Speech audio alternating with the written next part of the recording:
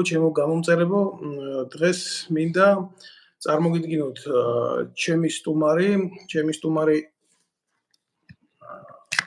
პროფესიონალი სამხედრო შეერაღებული ძალების საზღვაო ძალებში იყო ყოფილი სარდალი გოჩა ვეტრიაკოვი და დღეს მინდა რომ თითოეულ თქვენგანს ვესაუბრო ზოგადად გეოპოლიტიკურ საკითხებზე, ისეთ საკითხებზე, რომელმაც ჩვენი ქვეყანა გარკვეულ გეოპოლიტიკურ კრიზისამდე მიიყვანა და ნაიც პროფესიონალების შეხედულებები საერთოდ ძალიან იშვიათია ჩვენ საზოგადოებაში, ძალიან რთულად თუ გაჟღერდება მართალი სიტყვა. მე ვიტყვი რომ დეფიციტია მართალი სიტყვის, იმიტომ რომ ძალიან რთულია ადამიანმა გაბედოს დღეს საქართველოში მართალი სიტყვის თქმა. ერთადერთი რაღაცა წინა შესავალში პრეამბულად ვიტყვი რომ როგორც მე ისე ბატონი გოჩა არ ვიმყოფებით საქართველოში, ეს არ არის ჩვენი მიზეზებით.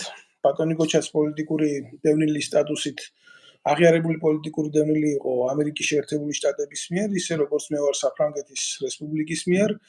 ალბათ ყველაზე მცირე ის თუ არა რომ ჩვენი წარსული ბედი პროფესიული ერთი იყო, ჩვენი პოლიტიკური ბედიც ბატონო გოჩა რაღაცნაირად გავს ერთმანეთს, ამიტომ თქვენ განაცხადეთ რამდენად სუბიექტური და თუ ობიექტური იქნება ჩვენი საუბარი, მაგრამ ჩვენ შევეცდებით ყველა ფაქტზე დაყრდნობით ვილაპარაკოთ დღევანდელი მოცემულობა რა მდგომარეობაშიც იმყოფება ქართველი ერი, როგორ არის საქართველოს უსაფრთხოების საკითხი და გეოპოლიტიკის საკითხი. მოგესალმებით ბატონო გოჩა კიდევ ერთხელ თქვენ.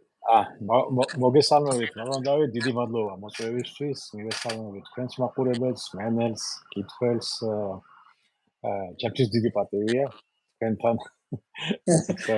გამოსვლა. სამწუხარო ფაქტია, მართლა სამწუხარო ფაქტი, რომ ჩვენ ესე იგი საქართველოს პატრიოტი ადამიანები, ოფიცრები, სამხედრო ოფიცრები, რომელსაც სიცოცხლე ჰქონდა გადადებული, რამე რო ყოფილიყო ჩვენი სიცოცხლის ფასად ქვეყანა დაუეცვა,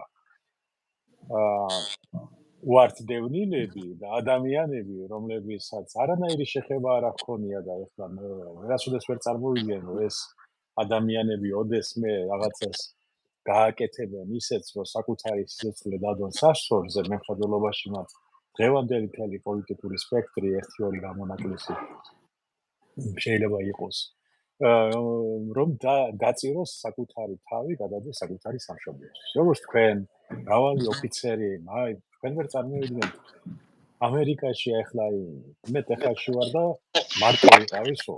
ასე მეგონა. 1-2 რამდენია, მაქსიმუმ 10 ადამიანი იყო აქ სადღაცას. ხო და ეხლა მარტო აქ სადაც ვარ ეს ჩრდილოეთ ოსტინის მხარეს დაახლოებით 50 ოჯახზე მეტია უკვე ჩამოსული. უმეტესობა არის სამხედრო ოფიცრები ან პოლიციის კარგი ოფიცრები, რომლებიც ჩამოვიდნენ, იმიტომ რომ ავალებდნენ, რომ ვიღაც ქურდი მამაძაღლების ქვეშ მათთან ერთად არჩევნები და რაღაცეები ეტარებიან. ნუ რა ვიცი, მე არ მინდა ჭორიკანა მასალით გამოვიდეთ, მაგრამ ყვება ადამიანები ამას ყვებიან და ეს საჩინელება, ანუ ჩვენ გვიწერს წასვლა და ვიღაცა ბოდიში და ნაბიჯვრები, რომლებსაც ერთი დღე არ გაუტარებიათ არც ჯარში და ქვეყნისთვის სამსახური არ იციან, რას ნიშნავს? ისინი წყვეტავენ ჩვენი ქვეყნის ბედს. ბატონო გოჩა, ეს არის ყველაზე ცუდი, რაც ჩვენ გვაქვს, ეს არის ფაქტი და ამ ფაქტს უნდა ან თვალი გაუსწოროთ და ყველამ თავის თავს მივხედოთ, ან ბოლოს და ბოლოს ვინმე გდიანეგენი, რომ ჩვენ გამოყვარეს და თვითონ იგივე ისევ ჩვენივე ხარჯზე თვითონ ესე რომ ითქვიან ჩემი აზერბაიჯანელი მეგობრები ბაირამობენ. ბატონო გოჩა, თქვენ უფროსი ოფიცერი ხართ, მე უმცროსი ოფიცერი ვარ, მე ყოველთვის ვიცავდი სუბორდინაციას. ახლაც დავიცავ, მაგის პირობას ვდებ და არ დავარღვევ, მაგრამ ამ გადაცემის ფორმატიდან მე დაგისვამთ თქვენ რამოდენიმე შეკითხვას, რომ საზოგადოებისთვის ის სპეციფიკა, რომელიც ჩვენთვის შეერაღებული ძალების წარმომადგენლებისთვის ზედმეტად ცნობილია, ის რომ გავხადოთ მათთვის ნათელი, იმიტომ რომ მთელი ამ ხნის მანძილზე სამოქალაქო თავდაცვის სამსახური იქნებოდა, საზოგადოებაში სახელმწიფოებრივი მომზადება იქნებოდა, ის რაც ძირითადად საფრანგეთში, ამერიკაში დაწყებული სკოლის ეგრეთ წოდებული მერხიდან მიეწოდება ნებისმიერ მოქალაქეს, რომ ის იყოს მზად, როგორც მორალურად, ისე ფსიქოლოგიურად საკუთარი ქვეყნის თავდაცვისთვის, ჩვენ კარგად ვიცით, რომ სამშობლოს თავდაცვა მარტო იარაღის ხელში დაჭერით და ბრძოლით არ გამოიხატება. არ მეუღია ჩვენ საზოგადოებას, მის მოკლებულია ამ ცნობიერებას, ამიტომ დღეს სამწუხაროდ თქვენ ასევე მუშაობდით სპეცსამსახურებში, ხო? და პროფესიონალი კადრი ხართ თავიდან ბოლომდე იმ სამყაროსი, რასაც ქვია უსაფრთხოების სისტემა. დღეს სახელმწიფო უშეშროების სამსახურებში მუშაობენ კარფურის თანამშრომლები. აი ესეთი კარიერა გააკეთა ქართულმა ოცნებმა, რომელიც ნაციონალური მოძრაობის ამორწყეულზე ფაქტიურად გაღვივდა. აპატიეთ ესეთი შედარებისთვის, მეც არ მიყვარს ესეთი ბრუტალური შედარებები, მაგრამ როდესაც ვაკვირდები ჩემი ერის დღევანდელ მდგომარეობას, მე ვერ გავექცევი იმ რადიკალიზმს, რა თქმა უნდა, მხოლოდ და მხოლოდ პუბლიცისტურ რადიკალიზმს გულისხმობ და არა რაღაცნაირად იქ ვიღაცას თავში დანაჩავარდყად. და ვამბობ ამას, იმიტომ რომ აი საზოგადოებას რომ მოუყვეთ თქვენი დღევანდელი მდგომარეობა დავიწყოთ აქედან, იმიტომ რომ როგორც ჩემთვის ცნობილი გახდა, თქვენ საზღვაო ძალების სარდალი, უსაფრთხოების სამსახურების პროფესიონალური წარმომადგენელი. უარი გეთქვათ საქართველოს მოქალაქეობაზე, აღიკვეთეს ეს ახლა თან ვის მიერ თქვენ ნაციონალური მოძრაობის დროს იყავით წასული ამერიკაში, იმ დროს მიიღეთ იქ სტატუსი, ქართული ოცნება ამაყობდა იმითი, რომ აი კაცი პროფესიონალი გააგდეს ქვეყნიდან, გვემხობა ქვეყანა თავს და მოვიდნენ მერე ხელისუფლებაში და თქვენაირ ადამიანს წაართვეს მოქალაქეობა და ახლა პირდაპირ ვიტყვი, ვინც არის ის რა ჩვენ სისხლიდან ავართ ქართველები და ნაციონალური მოძრაობა და ქართული ოცნება ნამყოდ წარსულში მოიხსენიება ყოველთვის, მაგრამ აი თქვენიანით რომ გადმოსცეთ ადამიანს ასეთი შეურაცხყოფა რომ მოგაყენეს, როგორ განვითარდა ეს პროცესი და როგორი პრეისტორია ქონდა ყველაფერ ამას, რომ ბევრმა ქართველმა იცოდეს 2.800.000 ემიგრანტია საქართველოში. ну, ეხლა ვარონდავით ეს ტრაგედია არის. ჩვენი პრობლემა რა არის? ეხლა გეტყვით ის არც სახელმწიფო უსაფრთხოების სამსახურია პრობლემა, არც არანაირი სტრუქტურა არ არის პრობლემა. ჩვენი პრობლემა ის არის, რომ ჩვენ ვერ შევქმნით სახელმწიფო. ანუ ჩვენზე ზემოთ ვინც იყვნენ, ჩვენად ჩემამდეს ცდილობდნენ, მაგრამ მოხდა, აი როგორ გითხრა, თაობათა წვეტა მოხდა 2003-2005 წელს. აი წარმოიდგინეთ, რომ ეხლა 8000-მდე ოფიცერი და ზემდეგი გამოცდილი იყო გაშვებული თავდაცვის სამინისტროდან, მოდი ავიღოთ ჯერ იქიდან. კიდევ მრავალი ადამიანი იგივე სპეცსამსახურებიდან, რომლებმაც 10-20 წელი იმსახურეს, მნიშვნელობა არ აქვს, ისინი საბჭოთა უშიშროებიდან გადმოვიდნენ ყოფილი ოფიცრები თუ არა, ისინიც იგივე ქართველები იყვნენ, იგივე პატრიოტი ადამიანები და არანაკლები პატრიოტი ადამიანები, რომლებსაც ეხლა სიბრალებს მაგალითად ბატონი ივანიშვილი თქვა, სიტყვაზე ვამბობ რა. მაგიტომაც ეს ადამიანები ყველანი იყვნენ გაშვებულები და მოყვანილი იყვნენ ვინები? დოლგარმონის დამკვრელები, მოკლედ რა ვთქვა. და იმათ რა უნდა აეწყოთ? სტრუქტურა იყო, მაგრამ სტრუქტურა ეხლა მე აქ კრეშლოზე ვზივარ, რა თქვა, სკამზე, ხო, სამუშაო სკამზე და ამას ეხლა რომ დავარქვა მე ბოინგის ისა რა ქვია, სკამი, ამით მე ვერ გავფრინდები ვერსად, ხო ეგრეა? რა მნიშვნელობა აქვს, რასაც დაარქმევ. თუ ადამიანი არ არის პროფესიონალი, თუ არაფერი არ არის, ეს არის ავამტყოფობა ყველა ხელისუფლების რომელიც მოვიდა.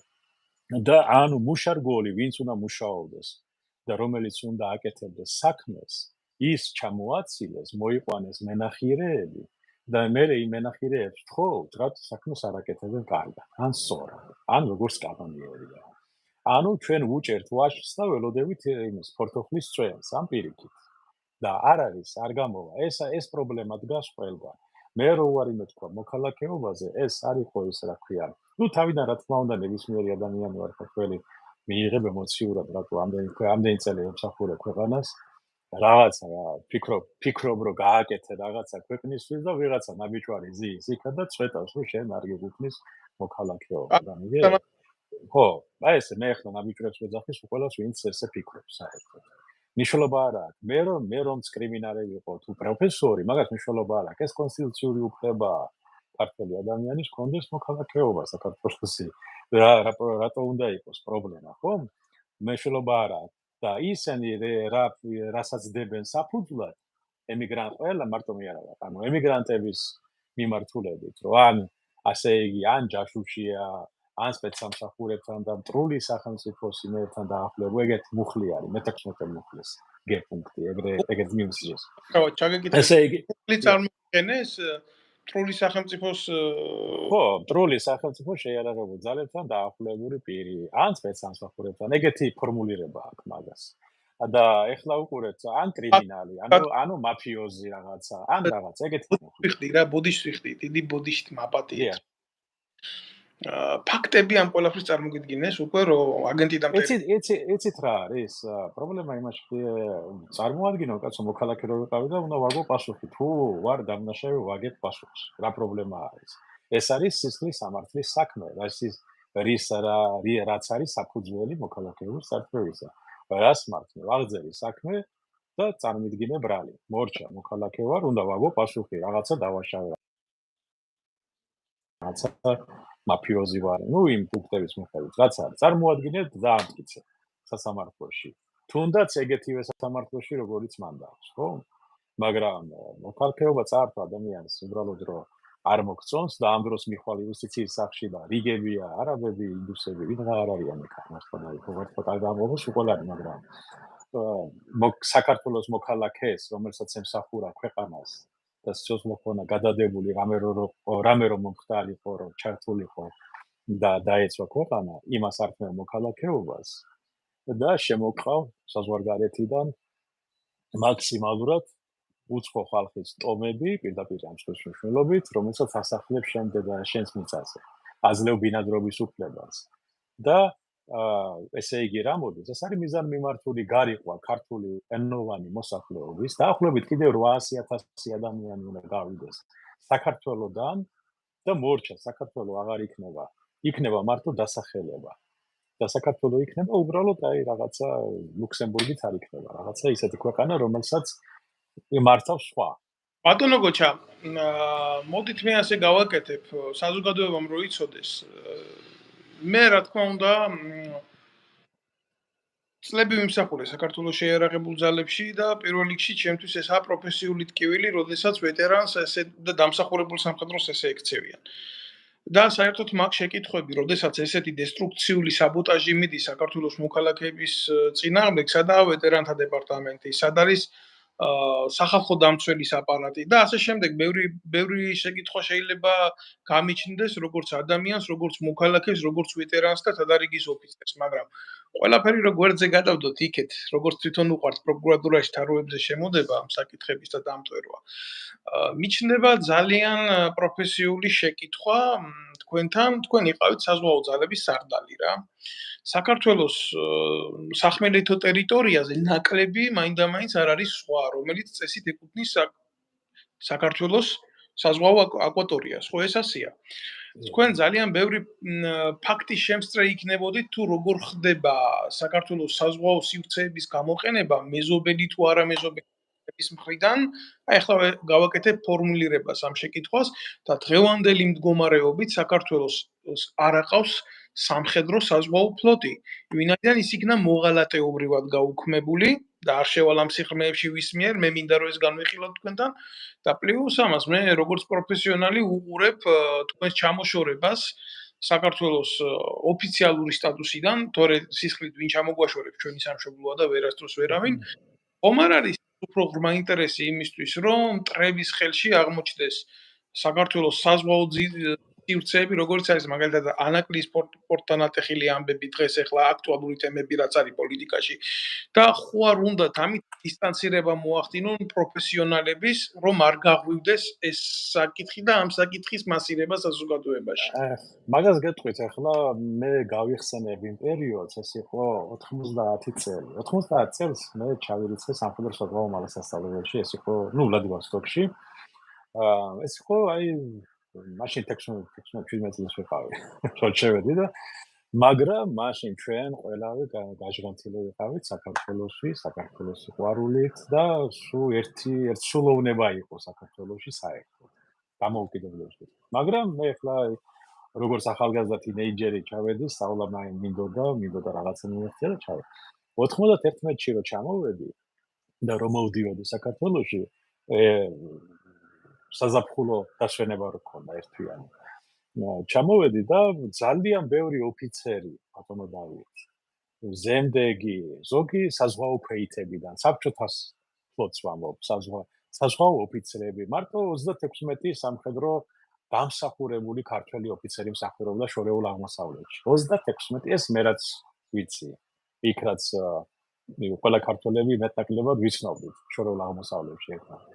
ხო და ამას ემატება ჩრდილოეთის ფლოტი, ბალტიის ზღვა, შავი ზღვა.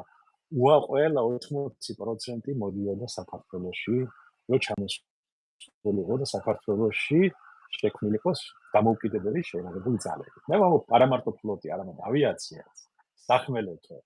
ყველა ეს ოფიცერი ვინ ჩამოვიდა, ზოგმა უბრალოდ რო არ უშევდნენ, ახლა რა თქმა უნდა არ უშევდნენ, საბჭოთა იყო ისა, გაუფუჭეს საბუთები ისე და ისე გამოყარეს.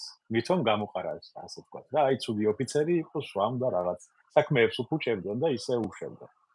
ეს ოფიცრები რო ჩამოვიდნენ საქართველოში, ამათ დაიწყეს ფაქტურად ნულიდან შექმნა რაღაცის საქართველოში. მათ 13 თვე გაუძლეს აფხაზეთის ომს. ხო? მანამდე იყო სამაჩაბლოს კონფლიქტი გადაიარა საქართველოს პოლიციაზე ფაქტიურად.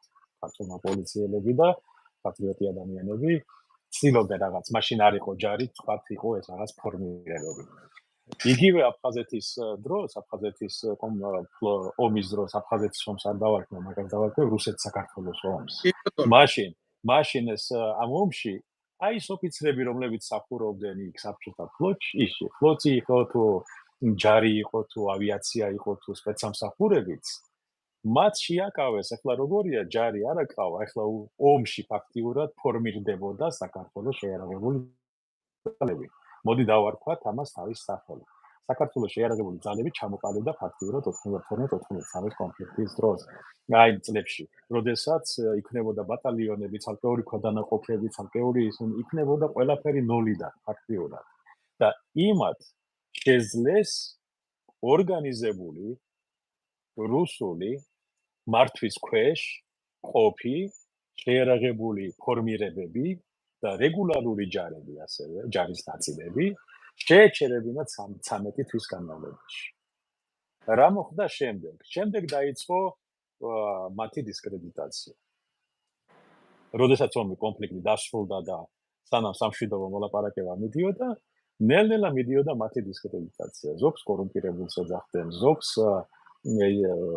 ეძახდნენ, რომ მას სხვა რუსეთისკენ უკავია თვალი და 97 წლიდან უკვე მიზანმიმართულად მიდიოდა ფაქტიურად ყველა ამ ოფიცრების, უკვე გამოცდილი ოფიცრების გარიყვა საქართველოს შეიარაღებული ძალებიდან. ანუ დაიწყო დისკრედიტაცია. 2000 ესე იგი, როდესაც 3 წლის მერე ფაქტიურად ვისაც კი რამე ყველა გამოცდილი ოფიცერი ვინც იყო ყოფილი საბჭოთა ფლოტიდან ან ჯარიდან ან ირა, ყველა იყო გაშვებული შეიარაღებული ძალებიდან. ვინც ასე თქვა გაიზარდა მათ ქვეშ ის ადამიანები, ისინიც მოაცილეს მმართველობას და მოიყვანეს ყველაზე ალბათ ყველაზე 20-25 წლის ბიჭები მაშინ მმართველობაში.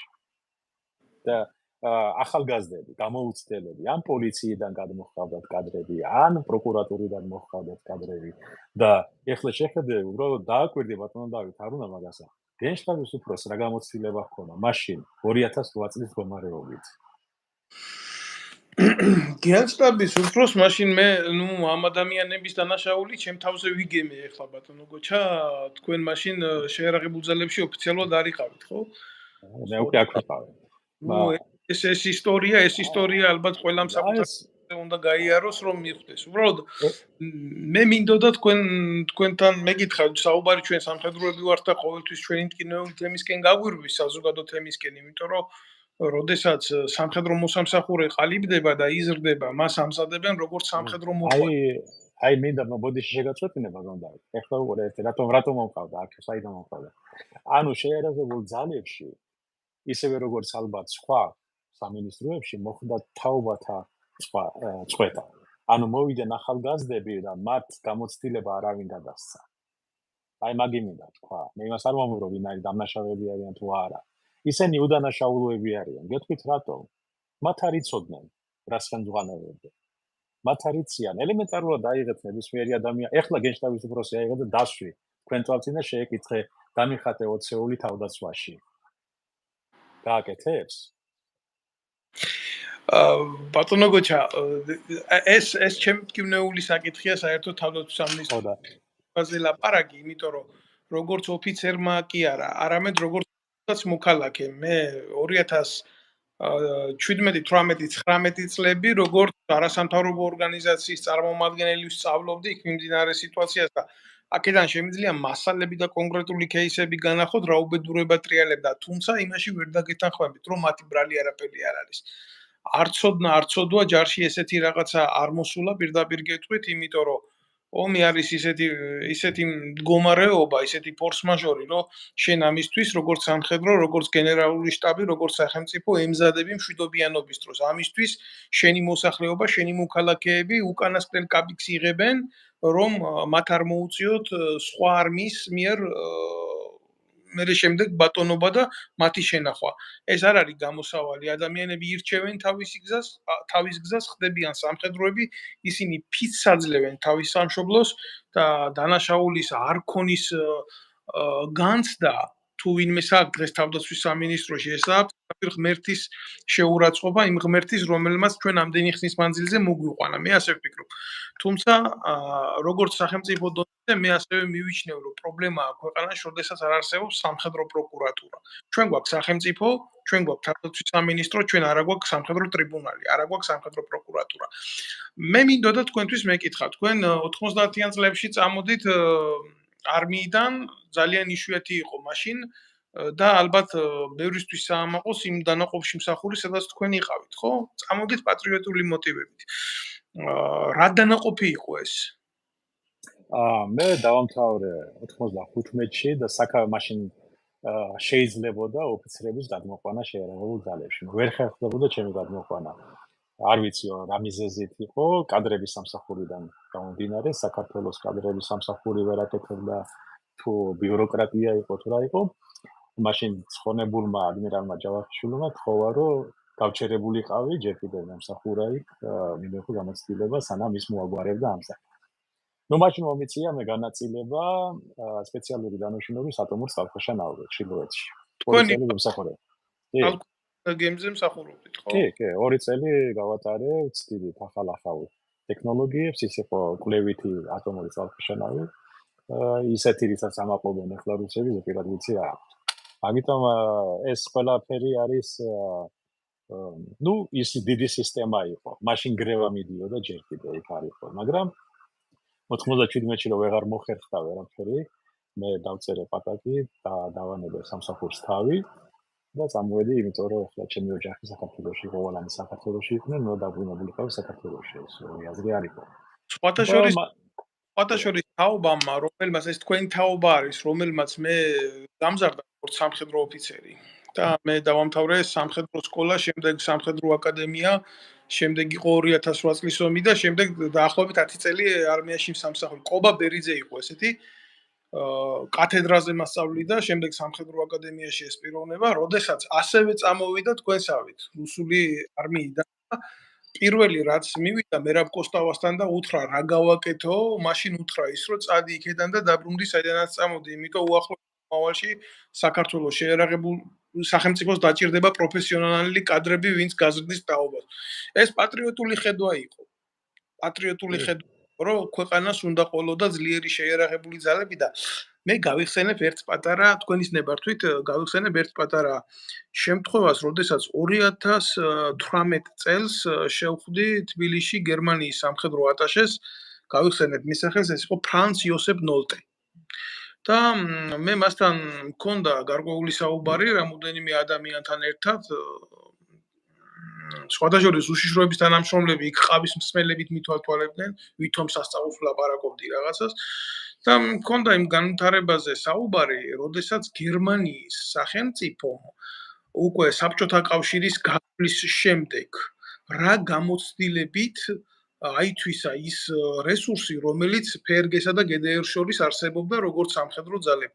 იცით რა გააკეთეს? მან მითხრა მე რომ შექმნეს მეხუთე განყოფილება ესეთი და ადაპტირდნენ იმ საზოგადოებასთან, რომელიც საბჭოთა კავშირის მიმართულებით ვითარდებოდა გერმანიის ეგრეთ წოდებული დემოკრატიულ რესპუბლიკაში. ესეთი რაღაცა საქართველოს არ განუცდია. აი მე გეტყვით დაახლოებით იმ ტკივილზე რა ნასახავთ, როდესაც ჩემ თაობაში უკვე შემოვიდა ეს ცუდად ვიტყვი ამას ამერიკანიზმი, იმიტომ ამათი გაგებით ეს ამერიკანიზმი იყო. საქართველოს შეერაღებულ ძალებში არ უნდა დარჩენილიყო ოფიცერი, რომელსაც საბჭოთა ძალებთან რაიმე შეხება ჰქონდა რა. ეს იყო ყველაზე მეტი არასახელმწიფოებრივი მიდგომა, იმიტომ რომ ამას აკეთებდა კაცი, რომელიც თვითონ იყო საბჭოთა ჯარის ლეიტენანტი. საუბარი მაქვს აი ეს კარტოჟნიკი რო იყო რა, რო თამაშობდა. არ მინდა არავის პერსონალურად შევეხო, მაგრამ ფაქტია და ვერ გავექცე.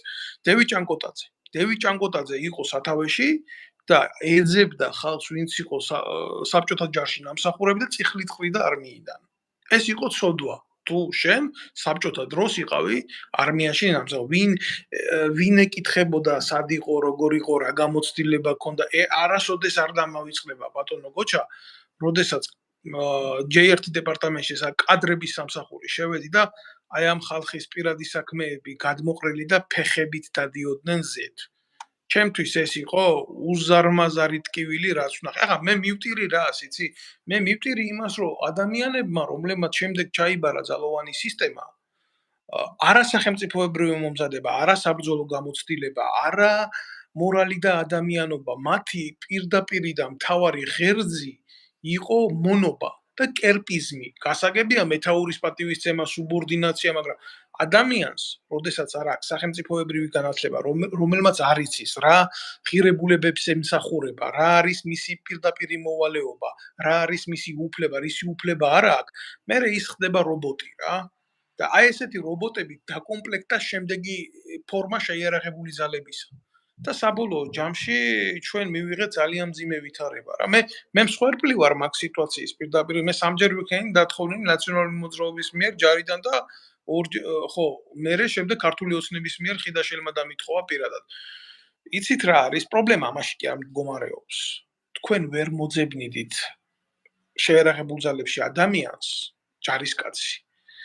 უფრო სამეთაურო რგოლში, ვისთანაც შეიძლება მეგობრობა გქონოდათ. კონსპირაცია მიმატა არმიაში და არმია გახადეს პოლიციური. მე არ მინდა შეურაცხყოფა მივაყენო შეიარაღებულ ძალებს, მაგრამ დიდი სხვაობა არის ძალოვანი უწყების ამ ორ სახეობას შორის, არმიასა და პოლიციას შორის რა. აი სულ ამის თქმა მინდოდა და ასე მინდოდა ჩართულიყავი და გამოხმაურებოდი თქვენი თაობის მიერ გაკეთებულ იყოს. კეთახმებით ესე არის სამწუხაროდ ესე მოხდა ალბათ.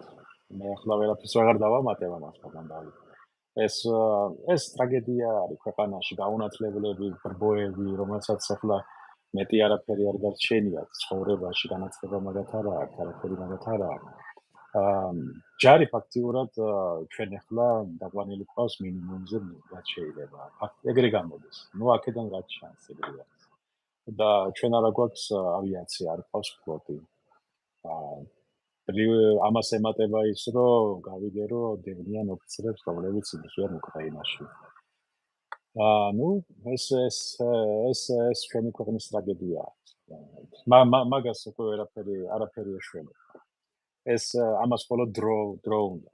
მეტი არაფერი, ამას რამდენიმე თაობის გამოზრდა უნდა.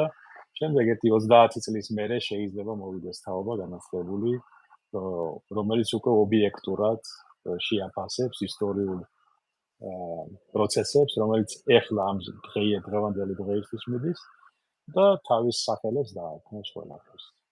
ერთი შეკითხვაცა მაქვს თქვენთან, როდესაც ეს ეგრეთ წოდებული ოპერატიული თამაში დაიწყეს თქვენთან, აი მოქალაქეობის აღდგენის თუ გაუქმების შესახებ, თქვენ მოგთხოვეს თუ არა ქართული ენის ჩაბარება ამ ცინიკოსებმა?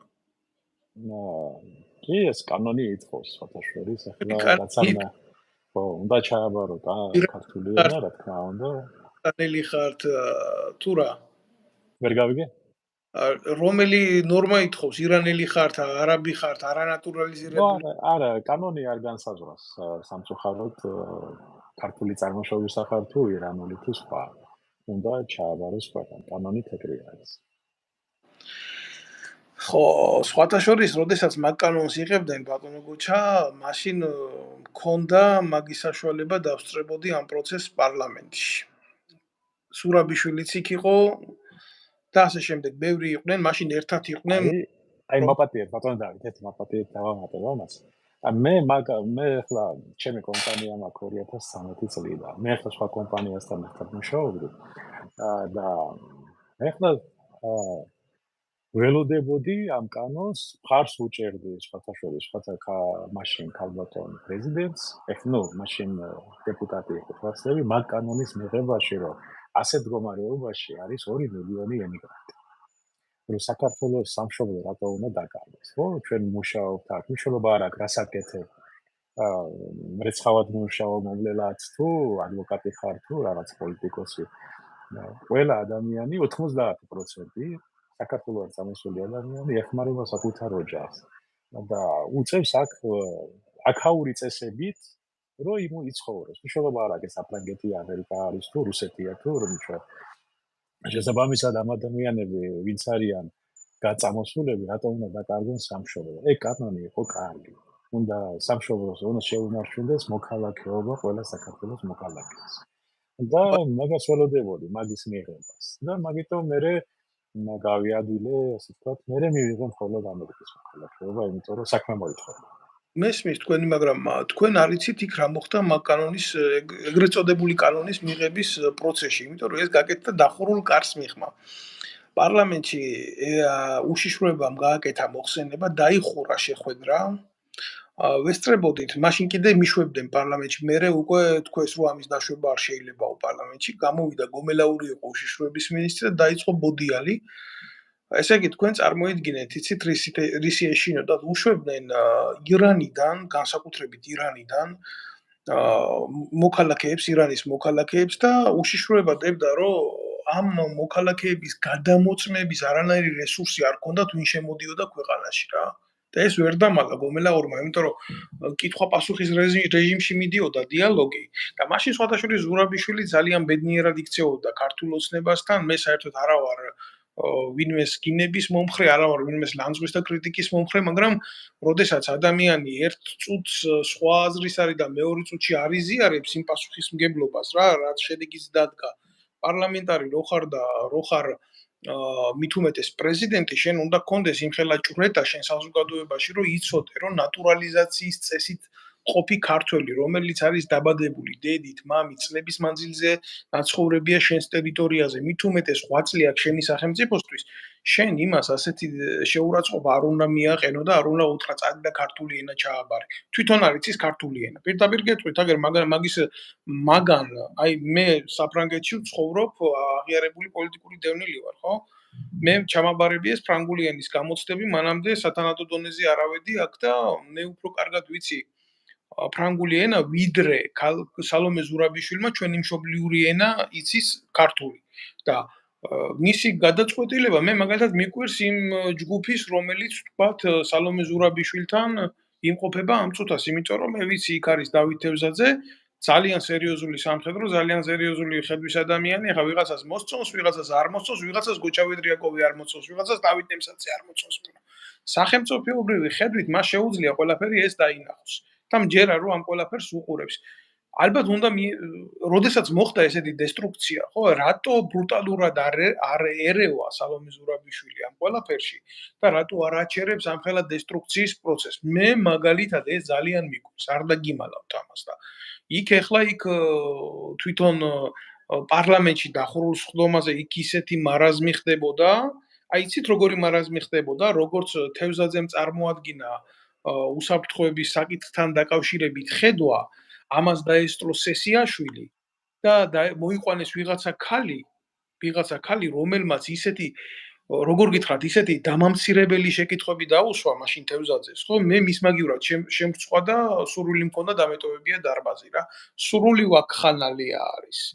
არაკომპეტენტურობის უმაღლესი ზღვარი. ხალხი მოსულია იმისთვის, რა წაიღოს მხოლოდ პირადი საკუთრებისთვის. მოვიდნენ კალოშით და სასახლეები უდრათ რაღაცა იზორიას სახში, აი მარტივად გეტყვით რა. აი ხა გერმანიაში არის ჩვენი ელჩი, საქართველოს ელჩი, იზორიას სახში უბრალო კარის ჭანჭიკი $500-დან იწყება და ზევით.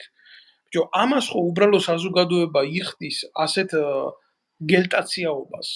ესეთ ღალატს ხო უბრალო საზოგადოება უძლებს ბატონო გუჩა. აი თქვენი დიახ, წანებ. ბრძანეთ როგორ ვიკადრებთ გისმენთ? ეხლა ეს სამწუხაროდ ეხლა რაც ხდება ეხლა საქართველოს პარლამენტში, ეს ოპოზიციის ბრალიც არის და ჩვენ ფაქტიურად არ აქვს პოლიტიკური სპექტრი.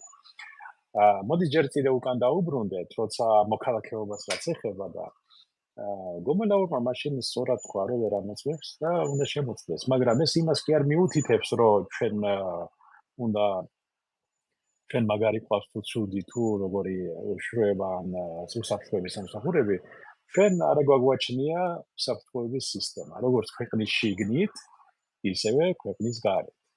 ანუ ჩვენ არ გვაქვს სადაზვერვო სისტემა, სადაზვერვო საზოგადოება საქართველოში არ არსებობს. არსებობს სტრუქტურები, არსებობს რაღაცა მართველები, რაღაცას აკეთებენ ვითომ, მაგრამ შედეგი რა არის? შედეგი არის ნოლი. რატომ არის ნოლი? იმიტომ რომ მუშაობენ, არიციან მუშაობა. მოდი ამას დავარქვათ პირდაპირ თავის სახელი. ტელეფონის მოსმენა, YouTube-ის პოსტების წაკითხვა და ეს არ არის, ესაც არის კი ღია წყაროების მეშვეობიდან. მე ცოტა შორის სადოქტორო მეთოდო დამეცვა სამხედრო უნივერსიტეტში 2012-ში. ნუ ფინანსები ვეღარ გავედი წინ. ფულირება ძალიან ძვირი. მაგრამ ფაქტიურად ასრულებით უნდა შევისწავლე სისტემა როგორ მუშაობს დასავლეთში. საერთოდ აქაც, იქ ეს ღია არის, ეს არ არის საერთოდ საიდუმლო. და ჩვენ გვჭირდება იგივე სისტემის ჩამოყალიბება. მართვისა და კონტროლის სისტემა. კრიზისული სიტუაციების მართვის სისტემა, როგორც სახელმწიფო დონეზე, ასევე უწყებების დონეზე, ასევე ქალაქების და სოფლების დონეზე. ეს არის რეფორმები კი არ არის საჭირო. რეფორმას უკეთებ რაღაცას, რაც გააქვს და რაღაცა უნდა შეცვალო. და რაც არა გაქვს, ის უნდა დაინერგოს. და რაც კარგია, იმის მაგევრად რო აქედან წამოიღონ, თუნდაც მან საფრანგეთი და სინვალე დაწყობილი სისტემა არის. ეს რო აიღო და უბრალოდ უარგო შენ ქვეყანას და დანერგო. ისე როგორც ჩვენ გავაკეთეთ მაშინ სანაპირო დაცვის მიმართულებით მესაზღვრეებში. ეს არ გააკეთეს. ვერ გააკეთეს. ან ცოდნა არ აქვს, ან არავის არ სჭირდება, რომ ეს გააკეთოს. ეხლა როდესაც შენ მთელი ჯაშუშების ბუდი არის ქართულ პოლიტიკურ სპექტრში, აი პირდაპირ ამ სიტყვის მნიშვნელობით, ზოგი ინიციატივით, ზოგი ფულით, ზოგი სხვა რაიმე დაინტერესებს, ზოგი უბრალოდ სასარგებლო იდიოტებით სავსე, აი ეს კონგლომერატი როზიის 80% მე ახლა შეურაცხყოფად არ მიიღოს, მაგრამ ეს ასე არის, ფაქტი არის. არ ვითარდება არაფერი, ხო? ეს მიუთითებს იმაზე, რომ ჩვენ არაფერი არ გაგვაჩნია, ჩვენ სისტემა არ გაგვაჩნია. მნიშვნელობა არ აქვს ის შემოვიდა. კაი შემოვიდა გერმანიიდან ადამიანი. კაი საბუთებით იქ ცხოვრობდა იქ ისა, მე რა, მაგით რა შეუმოწმოს იმას. ვერაფერი, ანუ ჩვენ სისტემა არ აქვს. ვერ ხედავთ ჩვენ, აი როგორც მაგალითად ისრაელს აქვს აწყობილი. ხო, აი უკაცრავად სანამ საუბარს გააგრძელებთ, მაგაში ვერ დაგეთანხმებათ, მაგალითად საქართველოს უშიშროების მინისტრის მოადგილე ბატონი ბატიაშვილი, იმიტომ მაგან გააკეთა განცხადება, ხა პერსონალურად არა, მაგრამ ფაქტია რა, ეს ხო ოფიციალური განცხადებებია რა, თვითონ თუ აქვს უფლება რომელი ხის ძირს მოვშარდავდი ის გადაეღოთ, მე ხომ აქვს იმის უფლება, რომ შეფასება გავაკეთო საჯარო სივრცეში რაც იდება. იმან განაცხადა ოფიციალურად, რომ ჩვენო ყველა აგენტი ვიცითო ვინ არისო, მაგრამ აგენტისო დაჭერაო საქართველოს უშიშროების სამსახურის პრიორიტეტი არ არისო, ჩვენო კონცერტებს არ ვდგამთ. ეს არის მისი განცხადება, მე ვციტირებ. ანუ გამოდის რა, შენს ქვეყანაში შემოსული დესტრუქტანტის საზოგადოების ძირგამომთხრელი პერსონის დაკავება თურმე არ ყოფილა საქართველოს სპეციალური სამსახურების საბრძოლო ალგორითმი. გესმით თქვენაშია საუბარი? საქმე რა შეაქვს? ეს მიუთითებს იმაზე, რომ ჩვენ ვაი კიდევ გავიმეორებ, ჩვენ არ გვყავს არანაირი უშუალება ტელეფონის მოსმენა და პოსტების საკითხით თუ დაიმებით, თუ აკეთებენ აღმოჩენებს. მაშინ ისაც უნდა იცოდნენ, რომ სპეციალური სამსახურები არ დახარჯავენ მილიონებს აგენტის მომზადებაში, რომ საქართველოში გაუშვან, როცა ყველაფერი დევს ზემოთ. და საძებნი არაფერი არ არის. უხადონ თვითონ პირადი ინიციატივის საფუძველზე გაყიდიან ქვეყანაზე რა პრობლემა. მე ეს ხდებოდა მაგის ახლა გეტყვით აი მაგალითად ავიღოთ პოლიტიკური შპიონაჟი.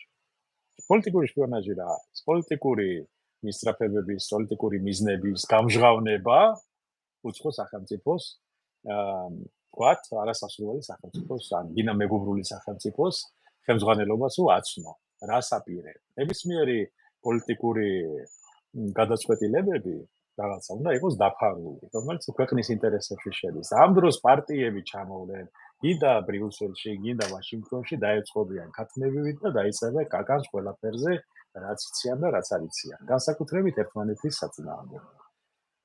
და ამ შემთხვევაში ეს არის მეთქი კი არაფერი, აი რა უნდა მანდა ახლა აგენტების სკოლა და იმის სკოლა, როცა აგერ თვითონ მორბიან და თვითონ ალაგებენ ყველაფერს. ხო? დაზვერვის საფრთხეებზე არის ეს აქცენტი, რაც თქვენ თქვით, მე ასე გავიგე, ასეც არის. ხო, ნუ არ არსებობს ქვეყანაში რეალურად არც კონტრდაზვერვის სამსახური, არც საგარეო დაზვერვის სამსახური. აი, პატარა მაგალითს გეტყვით, ახლა მაგალითად რითი არის დაკავებული საგარეო დაზვერვის სამსახური. მე მაგ შეხება რა, უბრალოდ მქონდა შეხება და ვიცი ორგანიზაციის წესით. ფულს იხდიდა, ჯერ პარლამენტში გააკეთეს ესეთი აქტი ბიუჯეტის გაზრდის. ეს მთავარი რაღაცაა, იმიტომ ფული თუ არ არის, არაფერი არ არის. ამათი გადმოსახედიდან და ინაშვილმა თარხალმოურავმა ხელი მოუწერა ამ ყველაფერზე, რომ საჭიროა გვყავდეს საგარეო დაზვერვის მაღალ დაფინანსე 10 მილიონით გაუზარდეს ბიუჯეტი. ესე იგი, რას აკეთებდნენ, იცი? ეძებდნენ ჩვენ გაჭირვებულ, გასაცოდავებულ მოქალაქეებს ევროპის ქვეყნებში. რელიგიურ საზოგადოებებში. და აი ესეთ ადამიანებს უხდიდნენ 50 ევროს, ძირითადად ნარკომანებს რა და ამ ბებიებს რა გამწარებულ ქალებს, რომ რამენაირად ინფორმაცია ვიღაზე მოეტანათ და ვიღაცას დახვედროდნენ და იქ რაღაცა დაეკივლათ. მწვენია ამას რო ვლაპარაკობ. ეს ხო ჩემი სამშობლოა, მაგრამ უფრო მეტად რა მწვენია, იცი, ამისმა არ თქმამ, ამისმა არ ლაპარაკმა, რეალობის საჯაროდ არ გამოტანამ. და საზოგადოებაზე სწორი ინფორმაციის არ მიწოდება მიყვანა ჩვენ ამ უბედურებამდე. ბატონ დავით, ახლა ეს თქვენ არ უნდა გიკვირდეთ, იმიტომ რომ მე ახლა სხვანაირად დავსვამდი, სხვანაირად მიუძღვნდი. ახლა ის თანამშრომლები თუ აკეთებდნენ მაგას, მე არ ვიცი აკეთებდნენ თუ არა. მე რა ვთქვი, თქვაც აკეთებდნენ, ხო? ისინი დამნაშავეები იმდენად არ არიან, ის იმათი ამოცანა არის, რასაც დაავალეს პოლიტიკური ხელმძღვანელობა, ის შეასრულოს, ხო? და პოლიტიკური ხელმძღვანელობა თუ იმაზე მეც ვერ ქაჩავს, რაც ეგ არის, რაც თქვენ გძანეთ, იმისი ბრალი ეგ არ არის. ამიტომ ანუ უბრალოდ რაცა ეგივე იყო მაგალითად შეგახსენებთ 2004 წელს სამხედრო დაზვერვის დეპარტამენტს, აგენტურული დაზვერვის დეპარტამენტს დაევალა კონტრაბანდის სიგარეტის კონტრაბანდის ძებნა ზუგდიდში. რომელ წელს? 2004-ში. მაშინ ბატონი ირაკლი ოქროაშვილი იყო მინისტრი. მისი დავალება იყო. აღეკვეთა სამხედრო დაზვერვას სიგარეტის კონტრაბანდა. და მე გეტყვით, გინდათ მაგ ყველა მე ხო დაიწყეთ, მე მაგის გაგრძელებას გეტყვით? გაგრძელება აღარ ვიცი, აღარ საინტერესო. ახალი თაობის ოფიცერი ვარ, ვიდრე თქვენ. თქვენ იქეთ მე აქეთ ვიცი. გაგრძელება მოყვა ასეთი, რომ ეს ბიზნესი გადმოიბარა ჯუმბერ იზორიამ და მშვენივრად მდიდრდებოდნენ მაგასთან ერთად პლუს ბენზინის ბიზნესის დაფხაზეთიდან. ახლა იცით რა არის? მართლა ვწუხარ ამ ყველაფერზე, რომ ამას ირონიულად ლაპარაკობ, იმიტომ რომ ამას სერიოზულად ვერ შევხედავ. იმიტომ რომ როდესაც სამხედრო დაზვერვა, როდესაც პოლიტიკური რგოლია, თავდაცვის სამინისტროს ანათესაო კლანი ასეთ პირადულ მახინაციებშია ჩართული, ყველაზე მეტად იგრძნობა უცხო ქვეყნის მოწყვლადი მუშაობა ჩვენ სახელმწიფოში. ვის გინდა ეს დააბრალოს, შენი სისხლი, შენი ხორცი, შენი გვარის ადამიანი ჩადის ამას და ვერავის ვერ გაუბრაზდები, იმიტომ რომ შენ ახარ იდიოტი, ქვისკენ პირი მიქნია. ამას შენი საზოგადოება უშვებს, ამას არა აქვს შეწინააღმდეგება იცით რა არის? აი თქვენ ახსენეთ საფრანგეთი რა. აბა მიდი და გაბედე აქ სახელმწიფოს წარმომადგენელმა. აი თუნდაც რამე პატარა ნეპოტისტური უმსგავსობა. შეიძლება მეორე დღეს თავზე დაგამხონ ყველაფერი რა. მე გავხდი მოწმე, როგორ შეაგდეს TV ზვინი პრეფექტურაში. მე ამის მოწმე გავხდი. და ამას აკეთებენ, იცით როგორი ადამიანები აკეთებენ ამას, იცით? საერთოდ რო ერთმანეთს არ იცნობენ, მათ გათავისებული აქვთ ერთი რაღაცა, თუ დღეს ამაზე არ ექნებათ პროტესტი, ხვალდაზე შეიძლება ამას მოყოს უფრო დიდი გახრწნილება. და სახელმწიფო, რომელიც ზრდის თავის მოქალაქეს, თუნდაც იმ სასწავლო მერხიდან, რომელიც ასწავლის მას რა არის სახელმწიფოებრივი და საზოგადოებრივი, ის აზრში არ უშვებს ისეთ დესტრუქციულ უბედურებას, რაც სახელმწიფოს გადააგვარებს. ამიტომ გამოძახილი თითე მოქალაქესა აქ პროტესტის ნიშნად და არა რაღაცა დადგმული სცენები. ახლა რომ ჩვენ ბევრი გვინახია, ბევრსაც ვიხილავთ წინა საარჩევნოდ, ახლა რომ დაიდგმება და იმუშავებს ის ფული, სასუქივით რო იმუშავებს, რომ დაუყრიან მოქალაქეებს, ზოგს რო კარტოფილებში ხდიან პრეზიდენტს და ზოგს რო წითელ ლობიოში რო ხდიან პრეზიდენტებს. ბატონო დავით, ყველაზე დამამცირებელი უნდა იყოს თვითონ იმ პოლიტიკოსის, რომ ის 5 კილო კარტოფილზე მეტი რო არა ის თვითონაც. ეს საშინელებაა. მე არ ვიცი თქვენ რა თამასაში გაგიუქმე საქართველოს ქალაქეო, ჩემიც შეუძლიათ წაიყონ. აქედან მივმართავ საქართველოს პრეზიდენტსაც, მივმართავ იმას რა ქვია, ვინც აკეთებს ამ სიმახინჯეებს. მე არც ვიცი ვის მიმართო, მაგრამ დააფურთხეთ ჩემ პასპორტს და მიიკარით უკან გავაზე. იმ ქვეყანაში, სადაც გოჩავეტრიაკოვს არა აქვს უფლება იყოს საქართველოს მოქალაქე, მე არა მაქვს სურვილი თქვენთან რაიმე კავშირი მქონდეს. მე ისედაც საქართველოს მოქალაქე ვარ. მამა ჩემი საფლავი მაქვს არის, ჩემი ნათესავები დაღუპული არის ქვეყნის ტერიტორიული მთლიანობისთვის. მე ვეტერანი ვარ იმ ბრძოლის, რომელიც 2008 წელს ჩაიდინეთ, თუ მოხდა, როგორც გინდათ ისე დაარქვით. მე ამ გრძნობებში ბატონო დავით, ჩვენ ვართ იმ საქართველოს მოქალაქეები, რომელზეც ოცნებობდა ალბათ მერაბ კოსტავა, ძლიერ გამსახურდია, ჩვენი საამაყო გმირები, მისაბაძი ადამიანები. იცი გოჩა, ამ ყველაფერზე მათ თავი გადადეს და უანგაროდ ქვეყანას ემსახურეს, უანგაროდ. მიჭირს, მეთქი რატო ვიმეორებ ამ ყველაფერს, იცი? ჩემი მამა პირველი ჯგუფის ინვალიდი კაცი იყო. ინვალიდი კაცი იყო, ხო, არიან ფეხით კიოდა და იცით რისი გულისთვის დაიჭირა საბჭოთა კგბ-მ მაშინ, როდესაც საქართველოში იმძლავრა ეროვნულმა მოძრაობამ ანტისაბჭოთა ლიტერატურის გავრცელების გულისთვის, იმიტომ რომ მეგობრობდა გამსახურდიასთან, კოსტავასთან და კიტა ბუაჩიძის შავი წიგნის გავრცელების გულისთვის დაიჭირა კგბ-მ და 3 წელიწად ნახევარი ციხეში ყავდა. და სამხედრო პოლიციაში მუშაობდა ბოლოს მისი დამჭერი და იმან მე გამომიშვა სამსახურიდან. და ეხა იცით რა არის? ძალიან ბევრი შედარება შეიძლება გავაკეთოთ. და ძალიან ბევრი ლუსტრაცია ვიძახით. ჩვენ თუ საზოგადოებრივ დონეზე არ გავზრდით თვითონ მოქალაქეების ცნობიერება, ვერანაირი პოლიტიკური ორგანიზაცია ამ ქვეყანას ვერ უშველის. ვერანაირი სისტემა ვერ შეიქმნება. იმიტომ ამას ახლა თავს უფლებას ვაძლევ ვილაპარაკო. იმიტომ ვაძლევ რომ მე გავხდი მოწმე იმისი თუ რას ნიშნავს აწყობილ სახელმწიფოში ცხოვრება და ვარ მოწმე იმისი დაწყებული 90-იანებიდან დამთავრებული 2019 წლამდე სანამ წამოვედი საქართველოსდან იმ პროცესების მომსწრევად და მტკივად არ მინდა ეს ასე რო იყოს. კულტურული ერი ვარ, განათლებული ერი ვარ, ღირსეული ერი ვარ, ისტორიის მქონე ერი ვარ და ასეთი ნიველირება ჩვენი სამშობლოს გულს მტკენს ძალიან რა, მანადგურებს.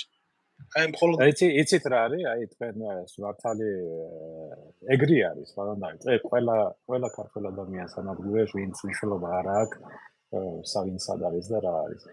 ვისაც უყვარს სამშობლო, ყველა ასე გრძნობს. მაგრამ აქ ჩვენ პრობლემა გვაქვს ასევე იმაში, რომ ჩვენმა ხელისუფალმა მნიშვნელობა არ აქვს ეს ვინ იყო. მე დავიწყოთ ახლა ბოლო 20 წლის მანძილზე მაინც. მათ არიციან საკუთარი სამშობლო, არიცნობენ საკუთარ სამშობლოს. არიციან საკუთარი ხალხი, არიციან საკუთარი კუთხე-კუნძულები, არიციან ვინ რით სუნთქავს. ანუ ვერ გრძნობენ სამშობლოს. მათ არასოდეს არ პიოდოთ, მათ აინტერესებდათ მხოლოდ თავისი პირადი საკითხები მოეგვარებინათ. ხო? ეს ფაქტიურად ჩვენ 30 წელი დავხარჯეთ არაფერში, მარტო იმაში, რომ გაგვეგო ვინ იქნებოდა ვაჟაკი ამ იმაში, რა ქვია. დავარქვათ ამას სტაია როგორ არის, ხროვა თუ შეკრება თუ რაც გინდა ის დაარქვით. და დღემდე ვცდილობთ ვიპოვოთ ისევ ახალი ვაჟაკი. მერე მანამდე იყო მხსნელი სააკაშვილი, მერე მხსნელი გახდა ივანიშვილი, მერე კიდევ ვეძებთ ვიღაცა აბა ვინ არა, ეს ჩვენ უნდა გავაკეთოთ. ჩვენ ანუ საქართველოს მოქალაქეებმა. ყველამ ერთად უნდა შეექმნა. ჯერ წარმოიდგინე აიყვანეთ ნებისმიერი ადამიანი, ბატონო, დაელაპარაკეთ და გკითხეთ. აი შენ რო გახდი მაგალითად ქალაქის მერი რას გააკეთებ? მას აზრი არ აქვს. არ უფიქრია ამას. იმიტომ რომ არ არის მაგისტრის მომზადებული. არც თავის თავს ამზადებს. მე ერთადერთი რა არის, იცით? აი ყველა იჭერს შორს. აი მაგალითად მე ეს არ მეხება. მე არა ვარ პოლიტიკური პარტიის წევრი, აი ვინც არის იმან იფიქროს. მე ჩემი პრობლემები მაქვს. საქმე იმაშია, რომ ის პოლიტიკური პარტიის წევრი ვინ არიან? სულელები, დეგენერატები, კრიმინალები, ვინც გინდა ყველა მიდის იქა. რატო? იმიტომ რომ გამიდრდნენ რაღაცა მოიპოვონ, რაღაც თანამდებობა. ეს მათთვის ახლა თანამდებობაზე მოსვლა ეს ნიშნავს პირადი ცხოვრების გაუმჯობესებას. ხო? მეტი არაფერი, მაგით არიან დაინტერესებულები. ახლა ადამიანს რომ საკუთარი ქალაქისთვის და საკუთარი ქვეყნისთვის გული შესწიოდეს, ის საკუთარ კაბინეტში ავეჯის წვლას და მანქანის გამოსვლას კი არ დაიწყებს, არა? პირველ რიგში დადებს გეგმას, როგორ გამოასწოროს თავისი სამსახური, როგორ გამოასწოროს თავისი უწყება, თავისი ჩაბარებული ადგილი, რისთვისაც აირჩიეს. მაგას არავინ არ აკეთებს, არავის აინტერესებს, იმიტომ რომ არც არავინ არ იცის. მოდით აქედან დავიწყოთ. აი შეეკითხეთ, აიღეთ ახლა ნებისმიერი პარტია შეეკითხეთ და ლოზუნგები და საბერძნეობის გარდა წინ არაფერს დაგიდგეთ. და რო შეეკითხო აგერ ორი შვილის პატრონი თქვათ, მცირეწლოვანი აგერ ისა სამუშაო არ არის, არაფერი არ არის, მას რას პირდები, მას რა უნდა გააკეთო? იმას რომ შემომსუბუქდეს ცხოვრება შემდეგ 5-10 წლის მანძილზე მაინც. მაგასაც ვერავინ ვერ გეტყვის. ყველა გეტყვის, რომ აი ჩვენ შევალთ დიდი დროშებით ევროკავშირში, ან ზოგი ევროკავშირში, ზოგი ევრაზიის კავშირში, ზოგი რაღაცა 3+3 კავშირში და ასე შემდეგ. ეძებენ კავშირებს და პატრონებს. და ეს არის ყველაზე საშიებო. ადამიანს არ გააჩნია არანაირი გეგმა, ხედვა, არა, ბოლოს არ აქვს ხვენია, როცა შენი ახლობელი ადამიანი, შენი საქართველოს მოქალაქე, ქალბატონები, მანდილოსნები, უმეტესობა მანდილოსნები ვიღაცის ოჯახში მოსამსახურედ მუშაობენ, რომ საქართველოს შეინახოს. აი წარმოიდგინე, აი 20 წლის მანძილზე რამდენი მილიარდია გადარიცხული საქართველოში. როგორ დაიხარჯა საქართველოში? 100 ევრო შევიდა საქართველოში, კაი თქვენი გადარიცხული 100 ევრო შევიდა, იმ 100 ევროდან 90 ევრო ისევ გავიდა საქართველოსთან. რატო? იმიტომ რომ საქართველოში წარმოებები არ არის. ანუ შაქარი ყველაფერი, ხახვი, რა ვიცი, კარტოფილიც კი ყველაფერი შემოაყარა, ყურძნის შემოტანაც კი დაიწყეს უკვე აზერბაიჯანიდან. ეს როგორ შეიძლება? ესე იგი გამოდის, რომ ჩვენი ემიგრანტი აჭმევს ევროპელ, თურქ, რუს, რა ვიცი, ყველა ქვეყნის ფერმერებს, ასე ვთქვათ, წარმოებლებს და საქართველოს ისე იქ არის, სადაც იყო. ერთადერთი რა ვითარდება ეს კერძო ბინების შენებლობა. მე რო ვიყავი მოწვეული 2019-ში ფორუმზე, აბრეშუმის დის ფორუმზე ვესწრებოდი მე მაშინ ოცნებამ რო გააკეთა. აი ფორუმი იყო, ბევრი დაახლოებით 1000-ობით კომპანია ჩამოვიდა აბრეშუმის ფორუმზე უცხოეთიდან. მაგრამ პროექტებს რო ნახულობ, იქ არის სასტუმროს შენებლობა, 9 სართულიანი კომპლექსების შენებლობა, ან რაღაცა ობიექტების პრივატიზაცია, ან ისა რა ქვია, რაღაცა განვითარება, მეტი არაფერი. მაგრამ რეალური პროექტები არ იყო დადებული. არ იყო დადებული პორტის პროექტი, არ იყო მაგალითად რკინიგზის გაუმჯობესების პროექტი, რომელიც ჩვენ არ გაგვაჩნია. არ არის არაფერი ინფრასტრუქტურული პროექტები საერთოდ არ ჩანდა, იმიტომ რომ არა ეს ამერიკელი კორპორაცია არ ჩამოვა მან დრო 3 მილიონი დოლარი დახარჯოს რაღაცა სახლის ასაშენებლად. გამორიცხული ამას არავის არ აინტერესებს, მცირე ბიზნესია. ამერიკაში მაგალითად 5 მილიონ დოლარამდე რაც არის ბიზნესი, მცირე ბიზნესად ითვლება. ხო და მაგაში ფულს არასოდეს არ ჩადებს. და სერიოზულს არაფერს არავინ არ სთავაზობს. ანუ რა, მაგალითად ჩვენ რო ენერგეტიკა არ გვივარგა, ეს ხო ფაქტი არის, რა უნდა შეიცვალოს, რა გეგმები არის. შეიძლება შესწავლილია, შეიძლება გაკეთებულია, ინფორმაცია არ არის, ენერგეტიკის სფეროში არ არის ინფორმაცია, ტრანსპორტის სფეროში არ არის ინფორმაცია, საჰაერო გადაზიდვები არ არსებობს. მარტო გავხდით პროვინცია, ვთქვათ, ამ შემთხვევაში თურქული სახელმწიფოს პროვინციასავით არის ჩვენი აეროპორტი ახლა, რომელშიც პროვინციული აეროპორტი. იმის მაგივრად რომ ადამიანებმა გააკეთონ რეალური გეგმა, როგორ განავითარონ ავიაცია. ავიაციაზე მოდის ახლა საკმაოდ დაახლოებით 20% მაინც გადაზიდვებისა უკვე ისი აიწია, თუ არ ვცდები. აგე აზერბაიჯანში მგონი 300,000-ზე მეტი ტონა შეტანილია ავიაგადაზიდვები და საქართველოში 20,000-ზე მეტი არც არის. აი, წარმოიდგინეთ, რამხელა სხვაობა არის. მეორე პორტები აიღეთ. პორტებზე მე პორტის პროექტზე რომ ვშავდი, ჯერ კიდევ 2006-ში ფოთში რომ დააშენებულიყო. ის პროექტი ფაქტიურად მიგდებული არის, გაყიდეს, გაანეიტრალეს, ასე რომ ვთქვათ. ფოთის პირები დრას გვეტყვით, ვის მფლობელობაში ამწუთას, ვისი ინტერესები არის იქ? გეტყვით, ფოთის პორტი გაყიდული იყო, თუ არ ვცდები, მაერსკზე.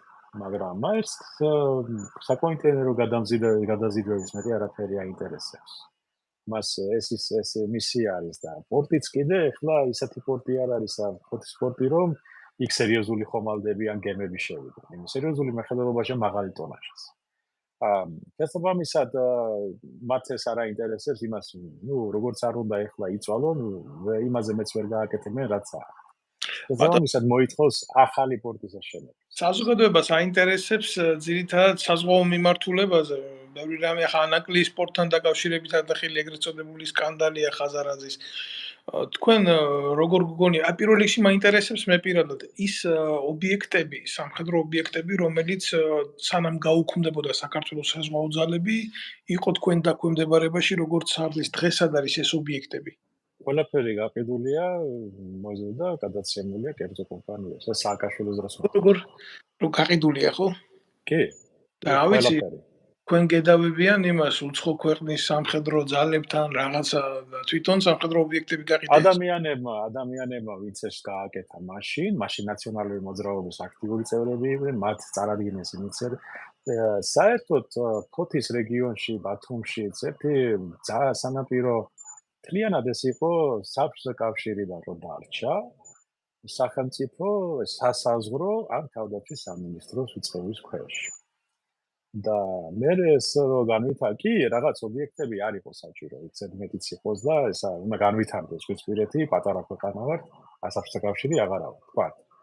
მაგრამ საზღვაო ძალების ტერიტორიები და ის სადაც უნდა იყოს, თქვა, ეს ყველაფერი რო აიღეს და გაყიდეს და გადააბარეს სხვას, მთელი მიზანი საზღვაო ძალების გაუქმებისა იყო მეტი არაფერი. ტოტალური მიზანი. ხო, ტოტალური და მაგაზე მიდიოდა მუშაობა დიდი ხანი. და ვიღაცამ რო თქვას, რომ ამერიკელებმა მოითხოვეს, ეს ზღაპრებს შეყვებიან მან. ამერიკელებმა მოითხოვეს, რომ ეს არის ტყუილი. საერთოდ ტყუილი. მაგი არასოდეს ამერიკელებს არ მოუთხოვიათ. არც ნატოს წევრებს მოუთხოვია და პირიქით, რა ნატოს რეკომენდაციები მე მაშინაც მოვიდა ოქროაშვილის დროს, თუ აღარ მახსოვს ვინ იქნებოდა უკვე მინისტრი, მაშინ ახალი არ წამოსული ვიყავი და მეც ასლი მომივიდა და მე ასლი გადაუგზავნე მე 2012-ში და 2013-ში თავდაცვის სამინისტროს. იქ ეწერა ყველაფერი რა როგორ უნდა ყოფილიყო. და არავითარ გაუქმებაზე ლაპარაკი არც იყო საერთოდ. ანაკლის სპორტთან დაკავშირებით რას გვეტყოდით თქვენი პროფესიული ხედვა რა არის ეს მაგალითად სიზიფეს ქვა დღევანდელი ხელისუფლებისთვის და ხაზარაძის ინტერესები რა იყო დაახლოებით ამაში თქვენი პერსპექტიული ხედვა ამაში რა საქმე გეტყვით საიდან დაიწყო 2013 წელს მე გამოუგზავნე აქედან ამერიკიდან მაშინ პრემიერ-მინისტრ ივანიშვილს ზღვისპირეთის განვითარების ხედვა საქართველოს ფოთის რეგიონს იქ იყო აღწერილი თუ რაპორტები უნდა ყოფილიყო ეს მე არ მოვიფიქრე სპეციალისტებთან ერთად გავაკეთეთ ფოთში ფოთიდან გაკეთებული იყო იქ ანაკლიის პორტიც იყო იქ ფოთის ახალი პორტი ანუ კოლხეთის პროექტი იყო მე რომელზეც მუშაობდი არსებობს ასევე სუფსის პორტის პროექტი წინვალე პროექტი არის ესა და ასევე ბათუმის განვითარების პროექტი ეს ყველაფერი გაწერილი იყო და დასაბუთებული რატომ იყო საჭირო ეს გეუბნებით 2013 წელს და იქ იყო მითითებული რომ ეს კრიზისი ახლოვდებოდა მითითებული იყო გაიზრდებოდა ტვირთბრუნვა აუცილებლად გაიზრდებოდა და ყველაზე სუსტი რგოლი ამ ეხლა ეგრეთ წოდებულ ეხლამდელ როგორც ცნობილია შუადერეფანს რო ეძახიან ეხლა ამაზე ყველაზე სუსტი რგოლი იყო საქართველოს იმიტომ რომ რკინიგზა არ იყო საკმაო დონეზე როგორია ეხლა სენაკიდან თუ არ ვწდები ფოთამდე 40 კმ/სთ-ში მძლივს მოძრაობს მატარებელი აი იმ რო არ გადატრიალდეს ან რამე არ მოვიდეს კოშმარია ეხლა არ ვიცი შეიძლება გააკეთოს რამე შეასწოროს რამე მაგრამ ნუ მეგეუბნებით მაშინ დელფინ გზაში ჩერდება მატარებლები და ისეთი პრობლემები აქვს ისეთ პირველი კლასის მატარებლებს რომ ორსართულიანი კიბეები უნდათ რომ მგზავრები ჩამოიყვანონ ძის ეს ფაქტი ამას მე არ ვიგონებაც ეხლა ნუ აი სწორედ მაშინვე იყო ეს პრობლემა მაგრამ ამას ემატება კიდე საავტომობილო ეხლა ავტობანი შენდება კარგი არის მშვენიერია ძალიან კარგია მაგრამ შენ კომერციული შენ რო გინდა 100 მილიონი ტვირთი გაატარო აბა დათვალე ერთი 100 მილიონი ტონა ტვირთის გატარება წინ და უკან როგორი გზები გინდა და სად უნდა დააყენო ტრაილერები უნდა იდგნენ ესე იგი აი ერთმანეთზე მიბმულები ფოთიდან იმამდე წითელხიდამდე ეგრე გამოდის ხო აი მაგ გზებზე მაგიტომ გზები არის გასაკეთებელი ასევე ანუ ეს კომპლექსური იყო გეგმა საერთოდ სტრატეგიული კომუნიკაციები კი მე ეს აუცილებელი არის გასაკეთებელი ცალკე უნდა გაკეთოს კომერციული ხაზი ეხლა როგორია თქვენ მოძრაობ თქვენ ოჯახთან ერთად მანქანი თქვათ ხარ დასასვენებლად ბათუმში ფოთში ან სოხუმში ან სადღე ის არა და ამ დროს ტრაილერები არიან გაჩერებული და ეს საშინელება არის უბედურება ხდება მაგ დროს ეგ კიდე რისკის ფაქტორი ცალკე ასაწონია აი ეს მაშინ გამოუგზა აი მაშინ დაიწყო ეგ ანაკლიის პროექტის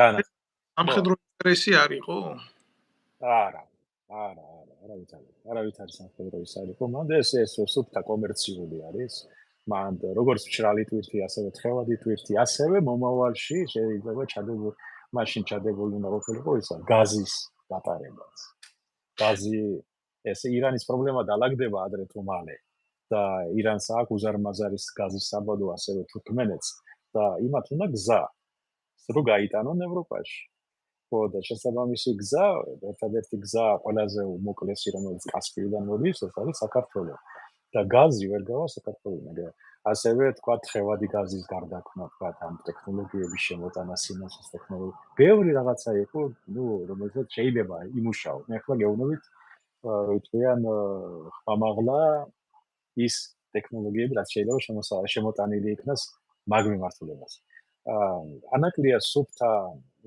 სამხედრო კი არა სუფთა სამოქალაქო კომერციული პროექტი იყო რომელსაც არ ესაჭიროებოდა არავითარ შემთხვევაში არც ჩინური და არც ამერიკული ინვესტიცია მაგის შეეძლო გაეკეთა დაეწყო საქართველოს ხელისუფლებას თვითონ იმიტომ რომ საქართველოს ძალიან კარგი მშენებლები ჰყავდა ჰიდროტექნიკური ნაგებობების ძალიან კარგი მშენებლები მეტრომშენი და ბევრი ისე ჩვენი ქართველები არიან ლიდერები მსოფლიოში რადუნა მაგას ამერიკაში არიან ქართველი მეცნიერები რო საფრანგეთში კი შეიძლება ჩამოყვანა თავისუფლად გააკეთე გამოცდილი ინჟინრები ყავს ჩვენ მათი დახმარებით შეიძლებოდა ეს არ ვიცი ახლა მეგობრებებით მაგ პერიოდში მაგრამ მაგის გამოცდილება იყო რომ დაეწყო ფული საიდან ახლა იტყვით თქვენ რა ღირს ეს დაახლოებით 1.2 მილიარდი საქართველოს მოქალაქეებს გაეკეთებინა ღია საზოგადოება, უბრალოდ სისტემა მოსაგვარებელი და თვითონ საქართველოს მოქალაქეებს ჩაედო ფული აი თქვენ ხართ მანდა რა გადაწყვიტეთ აქციის ყიდვა ანაკლიის ფული უნდა წავიდეს ვიზა მიმართულებით ანაკლიის ინფრასტრუქტურულ პროექტში. ანუ თქვენ აქცია იყიდეთ, რომელსაც მერე დივიდენდები მოაქვთ თქვენთვის.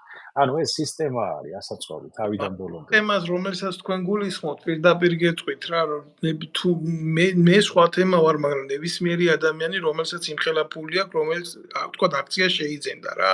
პირველ რიგში დასვამს იმ შეკითხვას, რამდენად უსაფრთხო გარემოა მე რო ამას ვყიდულობ. რა თქმა უნდა, ეს ამას უნდა შეიარაღებული ძალები, აუცილებლად, შეიარაღებული ძალები არის მაგის გარანტი, უსაფრთხოების სისტემები, საზღვაო ძალები უნდა არსებობდეს.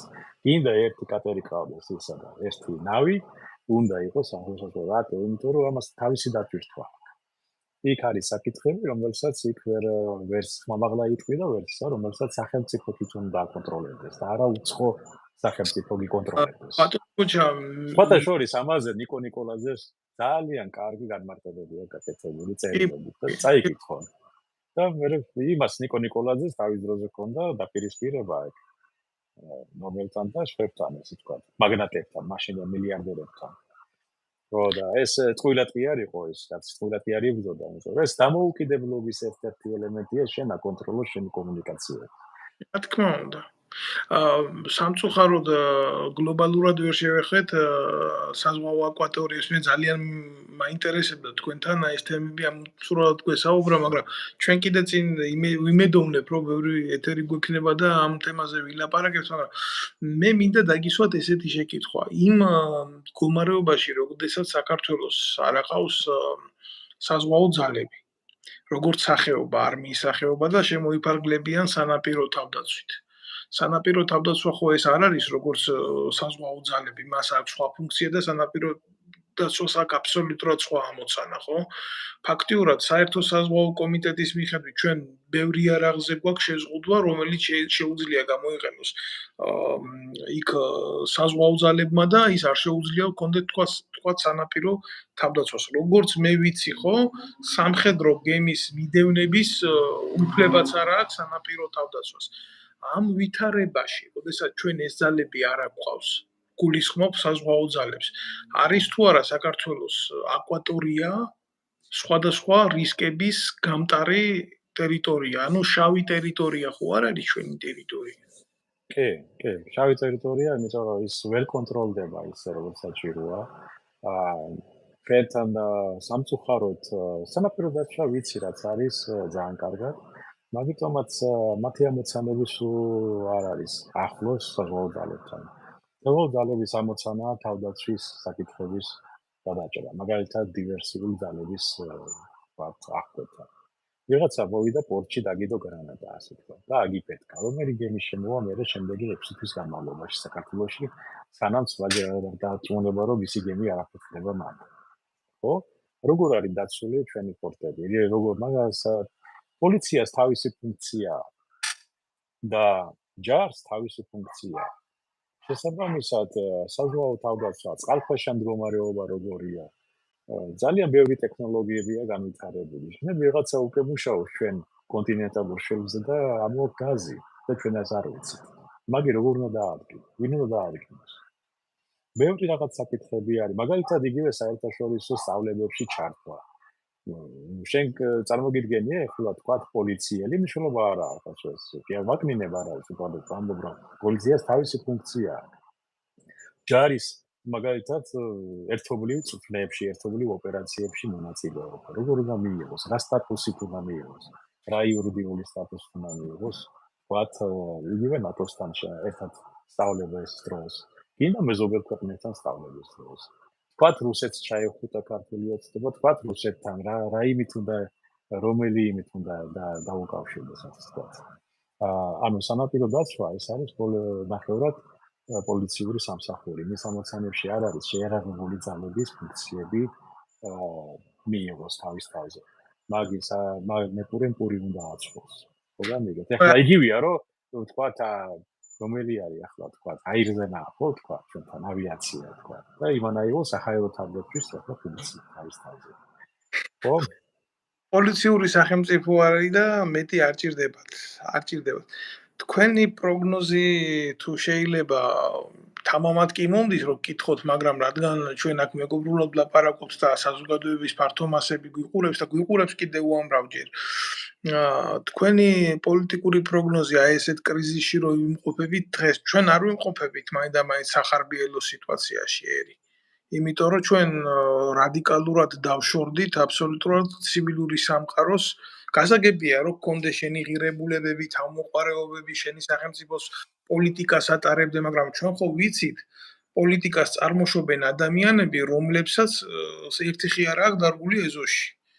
ხო, ასეთი თოჯინების ხელში იმყოფება დღეს საქართველო. თქვენ როგორც თქვით, ნაბიჯვრები, მე ორმაგად გეთანხმებით. ჩვენი პროგნოზი, ჩვენი ქვეყნის და საზოგადოების პროგნოზი ასეთ მძიმე გლობალურ სიტუაციაში რა შეიძლება იყოს უახლოეს წლებში? ჩვენი ერთადერთი გადარჩენის გზა არის ბატონო დავით, ერთობა მნიშვნელობა არ აქვს, ახლა კი არ გვიყვარს ჩვენ პოლიტიკური თქვათ სხვადასხვა პარტიები, სხვადასხვა ისენი, მაგრამ უნდა გაუსწოროთ თვალი. თქვენ რო შედიხართ თქვათ თქვენს საკუჭნაოში, იქ შეიძლება ჩაკუჩიც იდოს და იქ შეიძლება დანარჩანგალიც იდოს და იქ შეიძლება სხვა რამე საინტერესო უფრო საინტერესო იყოს თქვენთვის. მაგრამ იგი მას არ ნიშნავს, რომ ის თქვენ არ გეკუთვნის, ის თქვენი არის და თქვენ იყენებთ იმას მაშინ, როცა დაგჭირდება. ეს პოლიტიკური პარტიები, ახლა რომლებიც არიან ერთმანეთზე გადამტერებულები და ერთმანეთს ლანძღავენ, ერთმანეთს მოღალატეებს ეძახიან, ან ისე, ასე ვთქვათ. სამწუხაროდ ეს ჩვენი რეალობა არის. მაგრამ უნდა ცოტა მაღლა უნდა დავდგეთ და პოლიტიკური კულტურა ცოტა უნდა ავიღოთ. აუცილებელი არ არის, ჩვენ არგუმენტებით უნდა დაუპირისპირდეთ ერთმანეთს და არა ლანძღვაგინებით. როგორც არ უნდა მიუღებლები იყვნენ. ჩვენ არგუმენტებით, ანუ მე ყოველთვის დავშანდი კითხვას, ისევე როგორც ნებისმიერმა საქართველოს მოქალაქემ. თქვენ რომ მოხვალთ სათავეში, პირადად ჩემთვის რა შეიძლება? პირადად ჩემთვის ვთქვათ, როგორც ემიგრანტს.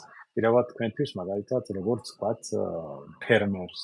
როგორც უბრალო ადამიანს, რომელსაც მუშაობა არ აქვს, არაფერი არ აქვს და არანაირი პერსპექტივის იმედი არ აქვს.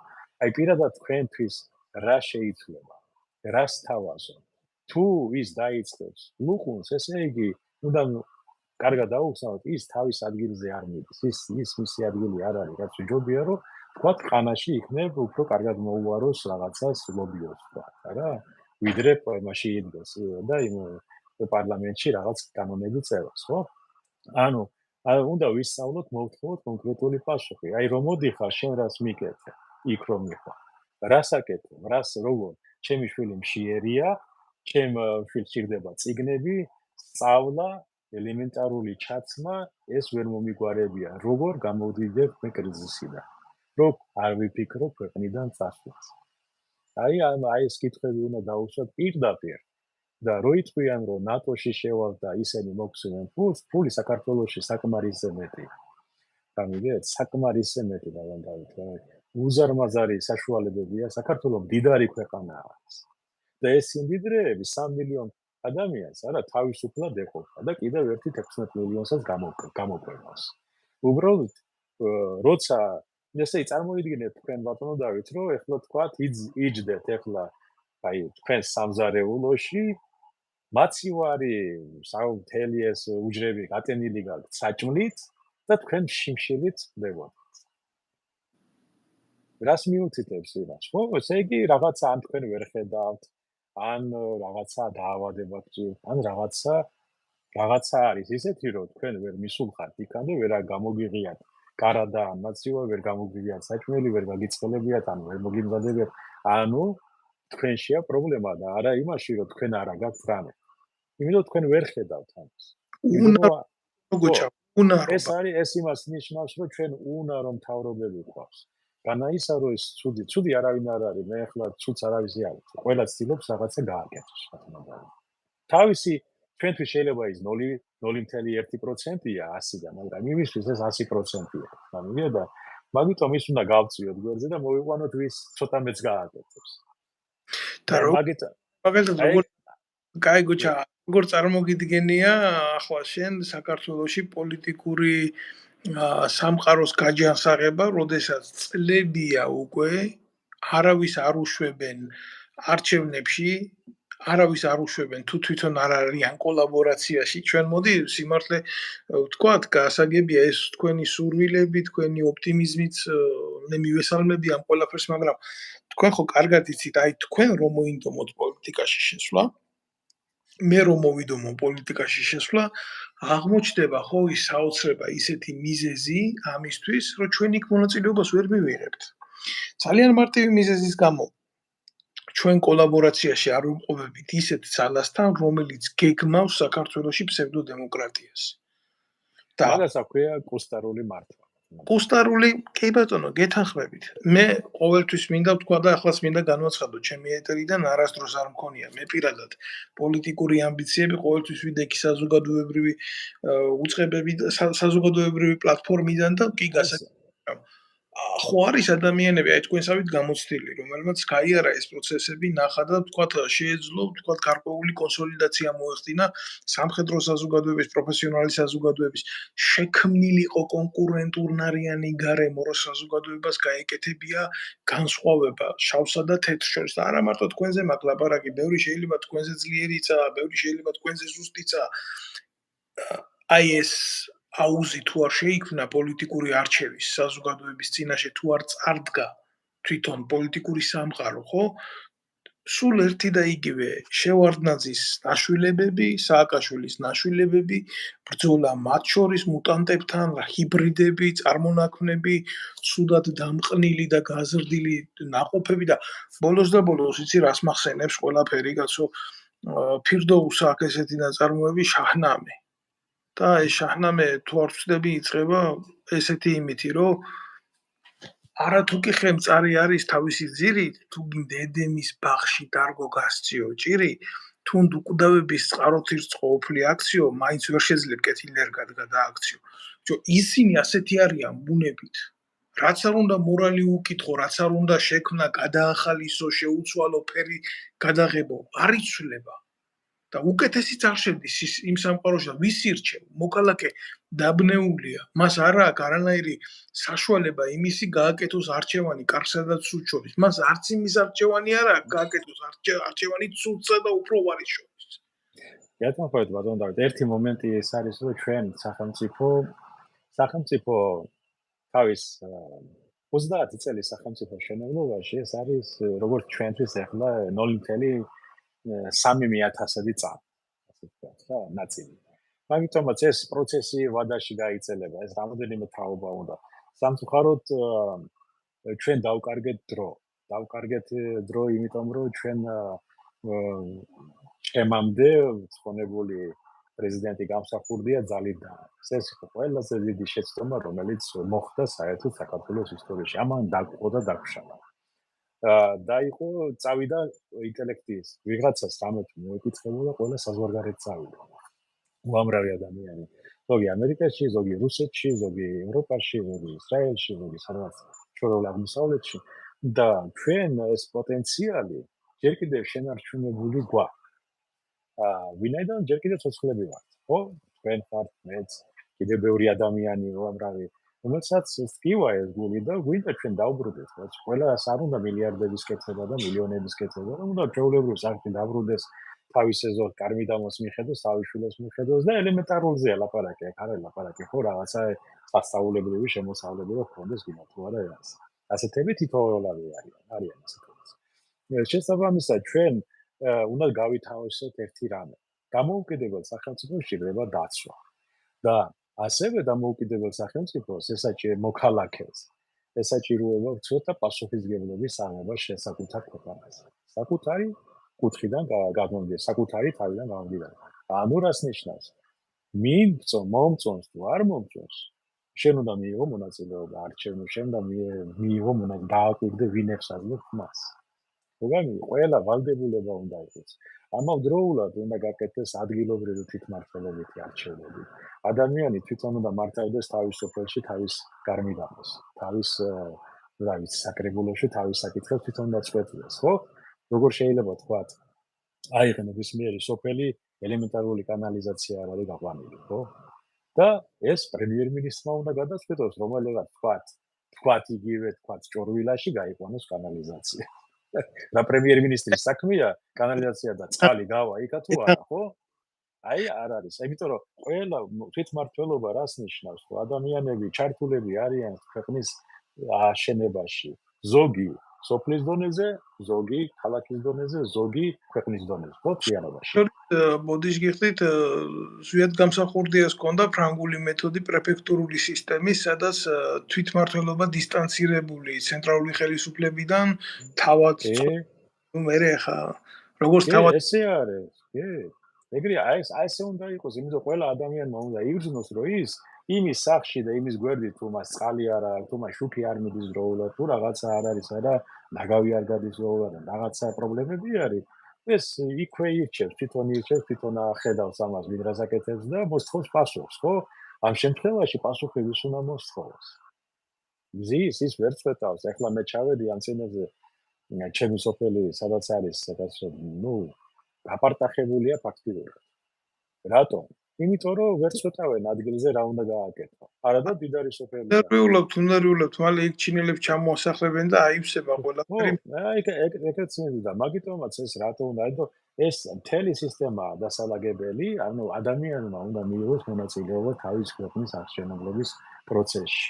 მნიშვნელობა არ აქვს ის სად არის, სოფელში ცხოვრობს თუ ქალაქად ცხოვრობს თუ გინდა საზღვარგარეთ ცხოვრობს. მეგერთ კიდე ამასთან ერთად უნდა დაემატოს ვალდებულება საქართველოს მოქალაქეს, რომ იყოს რომ ვალდებულება, მე ეს ჩემი პირადი მოსაზრებაა, რომ ყველა საქართველოს სრულწლოვანი, ვისაც აქვს მისმიცემის უფლება, მან უნდა გაიგოს, ვთქვათ, წელიწადში თქვათ ეს სიტყვაზე ვამბობ 5 ლარი ან 2 ლარი ან 1 ლარი საკუთარი რომელ პარტიასაც, რომელ იდეოლოგიასაც ის ირჩევს. და ასე დასორტირდება მე ყველა მიიღოს მონაწილეობა. როდესაც თქვენ ხართ თქვათ ლიბერალი თუ კონსერვატორია რა, კონსერვატიზმის მიმდევარი თუ რა ვიცი რა, ახალი ეროვნული რაღაცა თქვათ არა, თქვენ აირჩევთ და მე მინდა ამაში, აი მე ვხდები, მე ვარ ამ პარტიის მხარდამჭერი ოფიციალურად და ამას ვადასტურებ ჩემი ფული. ვალდებულება უნდა იყოს. ის ემიგრაციაშია თუ საქართველოში მნიშვნელობა არ აქვს. ანუ ეს ფული რო შევა პარტიებში, აი მე პარტიების გახდება დამოუკიდებლები და როდესაც ეხლა პარტიებს აფინანსებს ვინ? სახელმწიფო. და სახელმწიფო როგორ უნდა აფინანსებდეს თქვათ პარტიებს? რატომ უნდა აფინანსებდეს? აი თქვენი ფული რატომ უნდა მიდიოდეს იმ კაცს, ვისაც არ ეკუთვნის და ჭირივით გეჯავება, თქვათ, თქვენ. აი მაგალითად თქვენი ფული მიდის ნაციონალურ მოძრაობას აფინანსებს, რომელიც თქვენ არ გიყვართ სიტყვაზე, ხო? ან კიდე პირიქით მიდის ოცნების პარტიას და საფინანსებლად, რომელიც თქვენ არ გიყვართ, სიტყვაზე. მაგრამ თქვენ ხო ეს თქვენ და გადაწყვეტ, მაგას აქვია კუსტარული დემოკრატია. როდესაც სახელმწიფო უწესებს და ფულს უხდის პოლიტიკურ პარტიებს რაღაც საკითხებში, რა ვიცი, ვინაიდან გაიმარჯვეს, მithom პარლამენტში შევიდნენ და აფინანსებს. და თუ ჭკვიანად არ მოიქცევიან, დაფინანსებასაც შეუწყვეტავენ, ხო? ასე რომ მიყვეთ მაშინ 200 ფაქტით სახეზეა რა მათი ლუსტრირებული პოლიტიკის 200 ლარი აქვს პენსიონერს და 10000 ლარი აქვს პარლამენტას და სახეზეა ნათქვამია ამითი ყველაფერი რა, მაგრამ იცით რა არის? სანამდე ჩვენ დასკვნით სიტყვას ვითხოვდეთ, მე მინდა მოუწოდო ჩემს მაყურებლებს გამომწერებს, რომ აუცილებლად გამოიწერონ ჩემი ვიდეო არხი და ჩვენ პარალელურად გვექნება ესეთი საუბრები აქ და არა მარტო ესეთი საუბრები.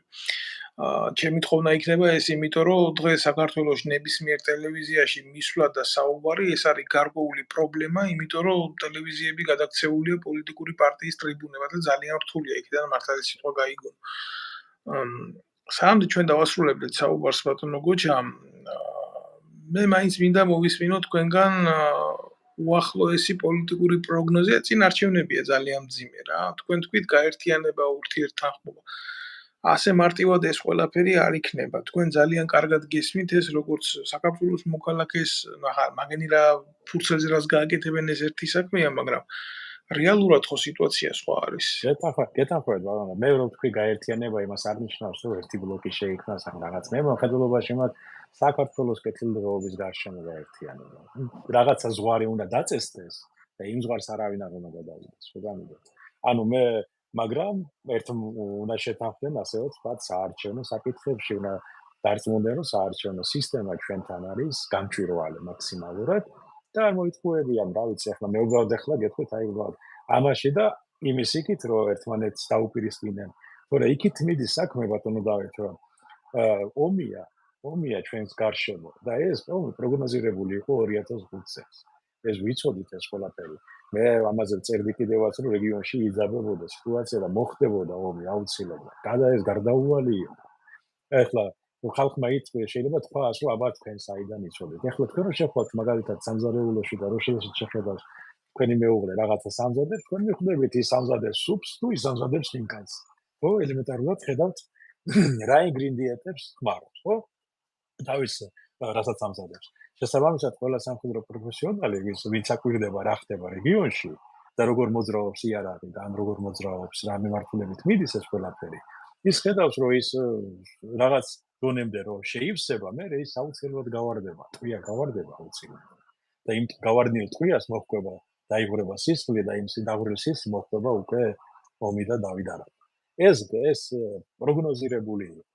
თორე ეხლა ბევრი იტყვის, აი ახლა მაგალითად ოცნების ხალხი იტყვია, რომ აი ჩვენმა პარტიამ და ბევრს ჯერა, ახლა წარმოიდგინეთ ბევრს ჯერა, რომ ომი თავიდან აიცილა.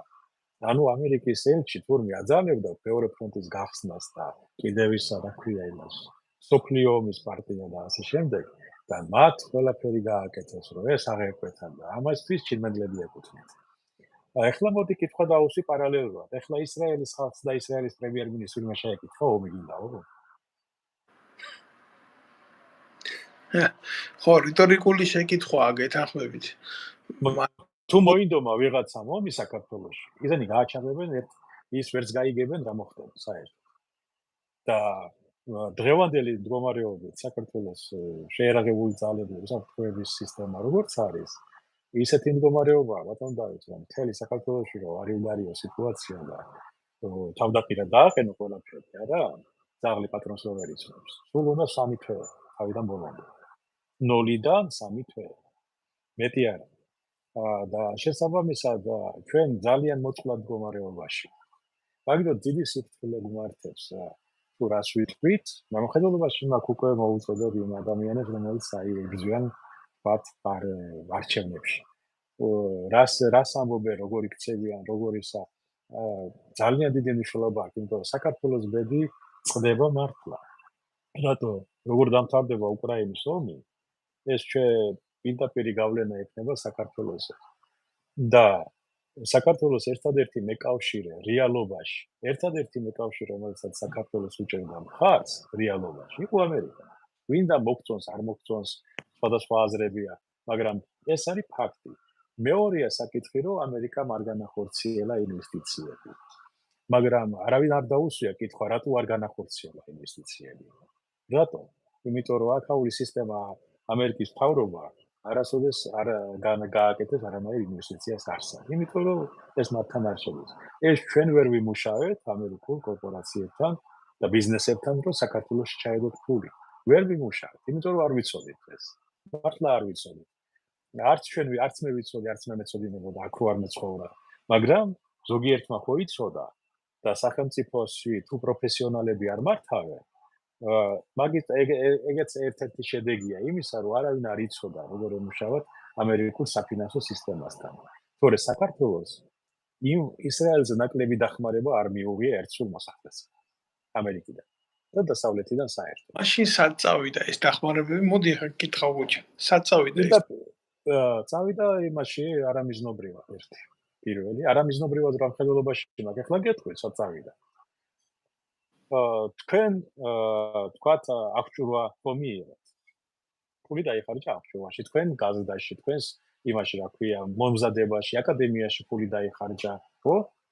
თქვენ ერთი ოფიცრის მომზადებას რამდენი 1000 ლარი მოუნდა. ბევრი ძალიან. ხო და ეს ფული საიდან მოდიოდა? ეხლა მითხარით, თქვენ სად ახართ? ეხლა მაგივრად რომ ემსახუროთ საქართველოს და ის ფული ამოღებული იყოს ასე ბიზნეს სცენაზე რო ვთქვათ რა, რომ საქართველოს მოიღოს ყველა ჩადებული ინვესტიცია, თქვენ გამოგდებული ხართ. სამაგიერო 80%. 80% შემადგენელზე და აყვავებულია ქვეყანა, ახლა რა ვიცი. 80% ადამიანები გაძევებულია ყველა უწყობებიდან. ასეთი დონე. რატო? იმან ისწავლა, ესე იგი იმან დაისვენა, კარგია, წავიდეს ახლა იქა, ახლა ჩვენ ანუ ვერ მიხვდა ადამიანი, რომ ფული რო დაიხარჯა შენს მომზადებაში, ეს ფული ვინ გადაიხარა? და მე იმას რატო უნდა მოსთხოვო? პასუხი, შენ თუ არასწორად გამოიყენე ის, რაც მიიღე. აი ეგ არის, იგივე მოხდა ყველა სფეროში, ბატონო დავით. აი ეგ კიდევ მეცაც გეტყვით, ახლა ბევრმა არ იცის, უკრაინაში უყურებენ ომს, ხო, პირდაპირ ეთერში. ხო, ბევრი პირდაპირ ეთერშია ეგ ომი, ხო? რეალურ დროში ქვედანაყოფების მართვა მიმდინარეობს. ეგ პროექტი ჩვენ გაკეთებული ქონდა, შემუშავებული 98 წელს. ეგ გაკეთებული იყო საქართველოში და ეგ უკვე კეთდებოდა. 2003 წლამდე ფაქტიურად შექმნილი იყო. ეს დაიწყო ჯერ სასაზღვრო სისტემაში. ქვედანაყოფების მართვა პირდაპირ იმით და მან ეს ნაცების ჭკვიანები რომ მოვიდნენ თავის ხელმძღვანელად ერთად და ვერ გაიგეს ეს აი მათ ტელევიზორები და სკაიპის დონეზე ხმარობდნენ მარტო. არ იცოდნენ რა იყო ეგ. ვერც მიიყვანეს ბოლომდე. გამიგეთ? ეს არის პრობლემა, რომ ჩვენმა სახელმწიფომ ვერ გაიგო რისთვის და ისა ვერ წაიკითხა, იმიტომ რომ იმას რომ წაიკითხო, ის ხომ უნდა წაიკითხო, უნდა იცოდე რას კითხულობ. ეხლა მე როგორც თქვათ არა ვარ ფიზიკოსი, ბირთვული ფიზიკოსი, ეხლა რაღაცა ფორმულები რომ მომიტანო, მე ვერაფერს ვერ გეტყვით, ხო, ეხლა რა ვიცი, არის იქ რაღაც ფორმულა მნიშვნელოვანი, მაგრამ რას მაძლევს მე ვერ გავიგე, ხო? იგივე იყო მათთვის ეს, იმის მაგივრად სპეციალისტები დაესვათ იქ, მოიყვანეს ადამიანები, რომელიც გადაწყვეტილებას არ იღებდნენ. იგივე მოხდა ეს უნდა გაკეთებულიყო პეტაპობრივად თავდაცვის დონეზეც. ანუ რეალურ დროში აი მაგალითად ადამიანი მორიგე ზის, თქვა სადღაცა ოპერატიული მორიგე. თელპერიმეთ საკვირდება რა ხდება მის მორიგეობის დროს, მის ზონაში, რეალურ დროში. მაგალითად თბილისიდან შესაძლებელი იყო კატერის რადარი რა ხდება, თქვენ დაინახოთ თქვენს ეკრანზე. ეს ჩადებული იყო ეს ყველაფერი. და ჩვენმა შეწყვიტ ეს 2003 წელს ჭკვიანები არიან ძალიან და მე მეტი რა უნდა მოიგითხო, მე თურქებიც გამოყარეს იქიდან საქართველოსდან თურქებმა რა უნდა გვასწავლონა. ხო, წავიდნენ, გადავიდნენ აზერბაიჯანში. მეორე მაგალითად მართვისა და კონტროლის სისტემა. ან ინფორმაციის შეგროვების სისტემა, რომელიც გაგებაი გართმაში არ არიან, ახლა რასაც ვამბობ, ეს ბევრს ჩინური გონია. ეს ყველაფერი გეგმებოდა და იდებოდა. თქვენ სურათს გამოგიგზავნით თუ გინდა, ვინც აკეთებდა მაგას. ბრიტანელები გვეხმარებოდნენ მაგ საკითხში. და ბევრი ადამიანები მეცაც გეტყვით ბერძნები გვიშენებდნენ სამ კორვეტი არა, მაგრამ კორვეტის ხელა ცურავ საშუალება საზღვაო ძალებისთვის უფასო. უარი თქვეს.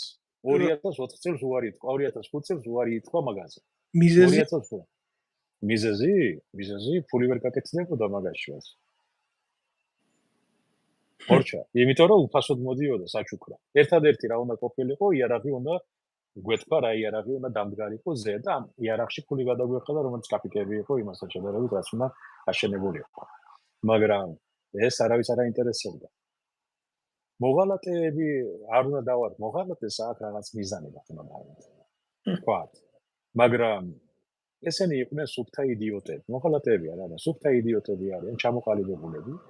ნეანდერტალცი როიწია, ხო იცი როგორ არის?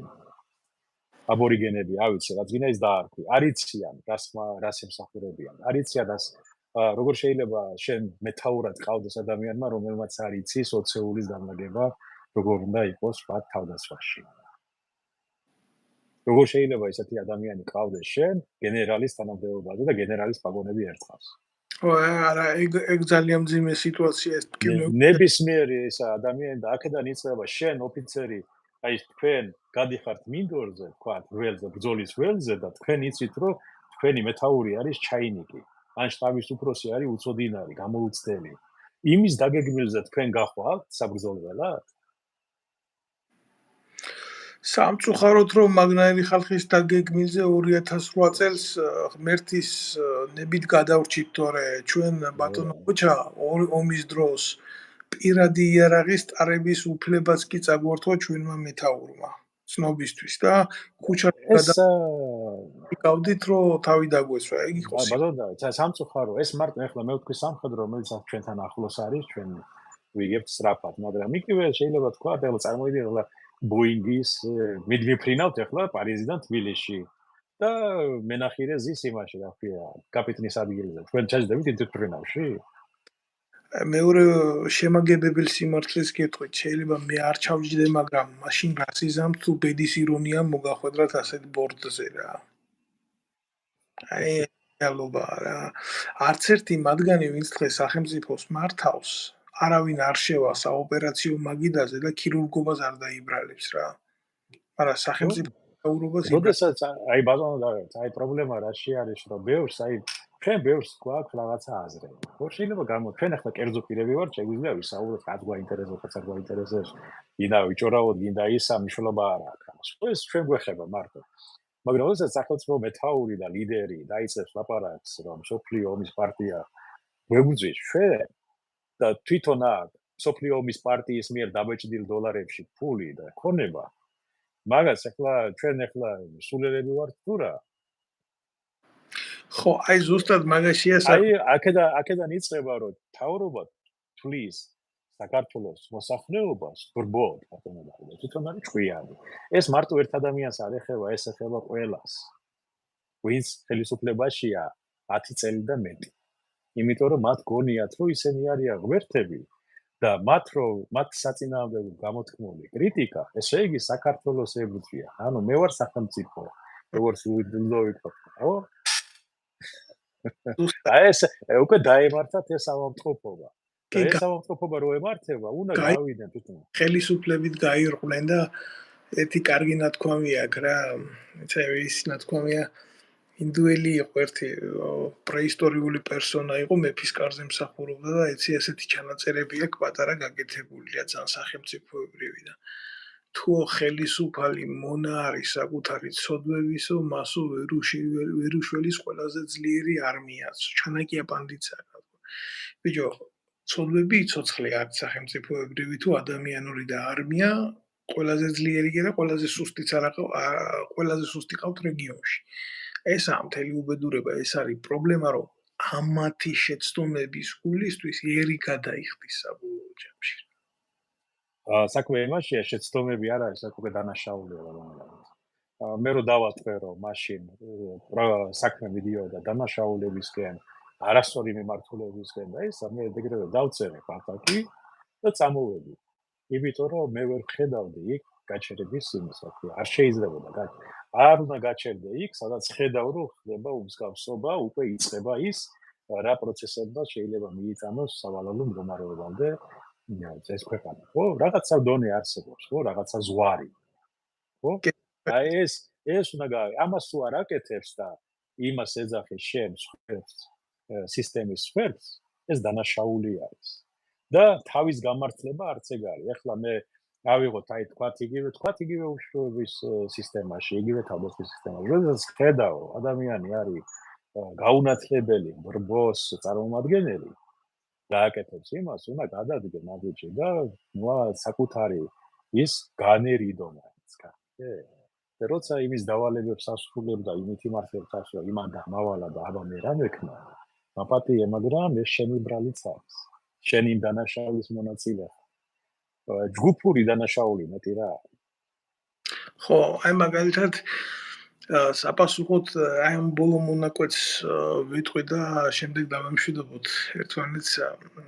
როდესაც საფრანგეთში გავხდი, წამოვედი იძულებული თავს დამესხნენ და მთელი ამბავი, ჩემთან უფრო ბრუტალურად მოიქცნენ, თქვენ წარმოიდგინეთ.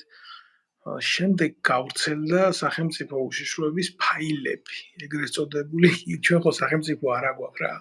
დაუშვათ და ესეთი რაღაცა კეთდება, ეს როგორ შეიძლება ასე გამოვიდეს, ხელმისაწვდომი გახდეს ფართო მასებისთვის და 3500 ფურცელია დაახლოებით, რასაც კრებდნენ საკუთარ საზოგადოებაზე და აგროვებდნენ ინფორმაციას. მე ამას ვერ დავარქმევ პატაკებს რა.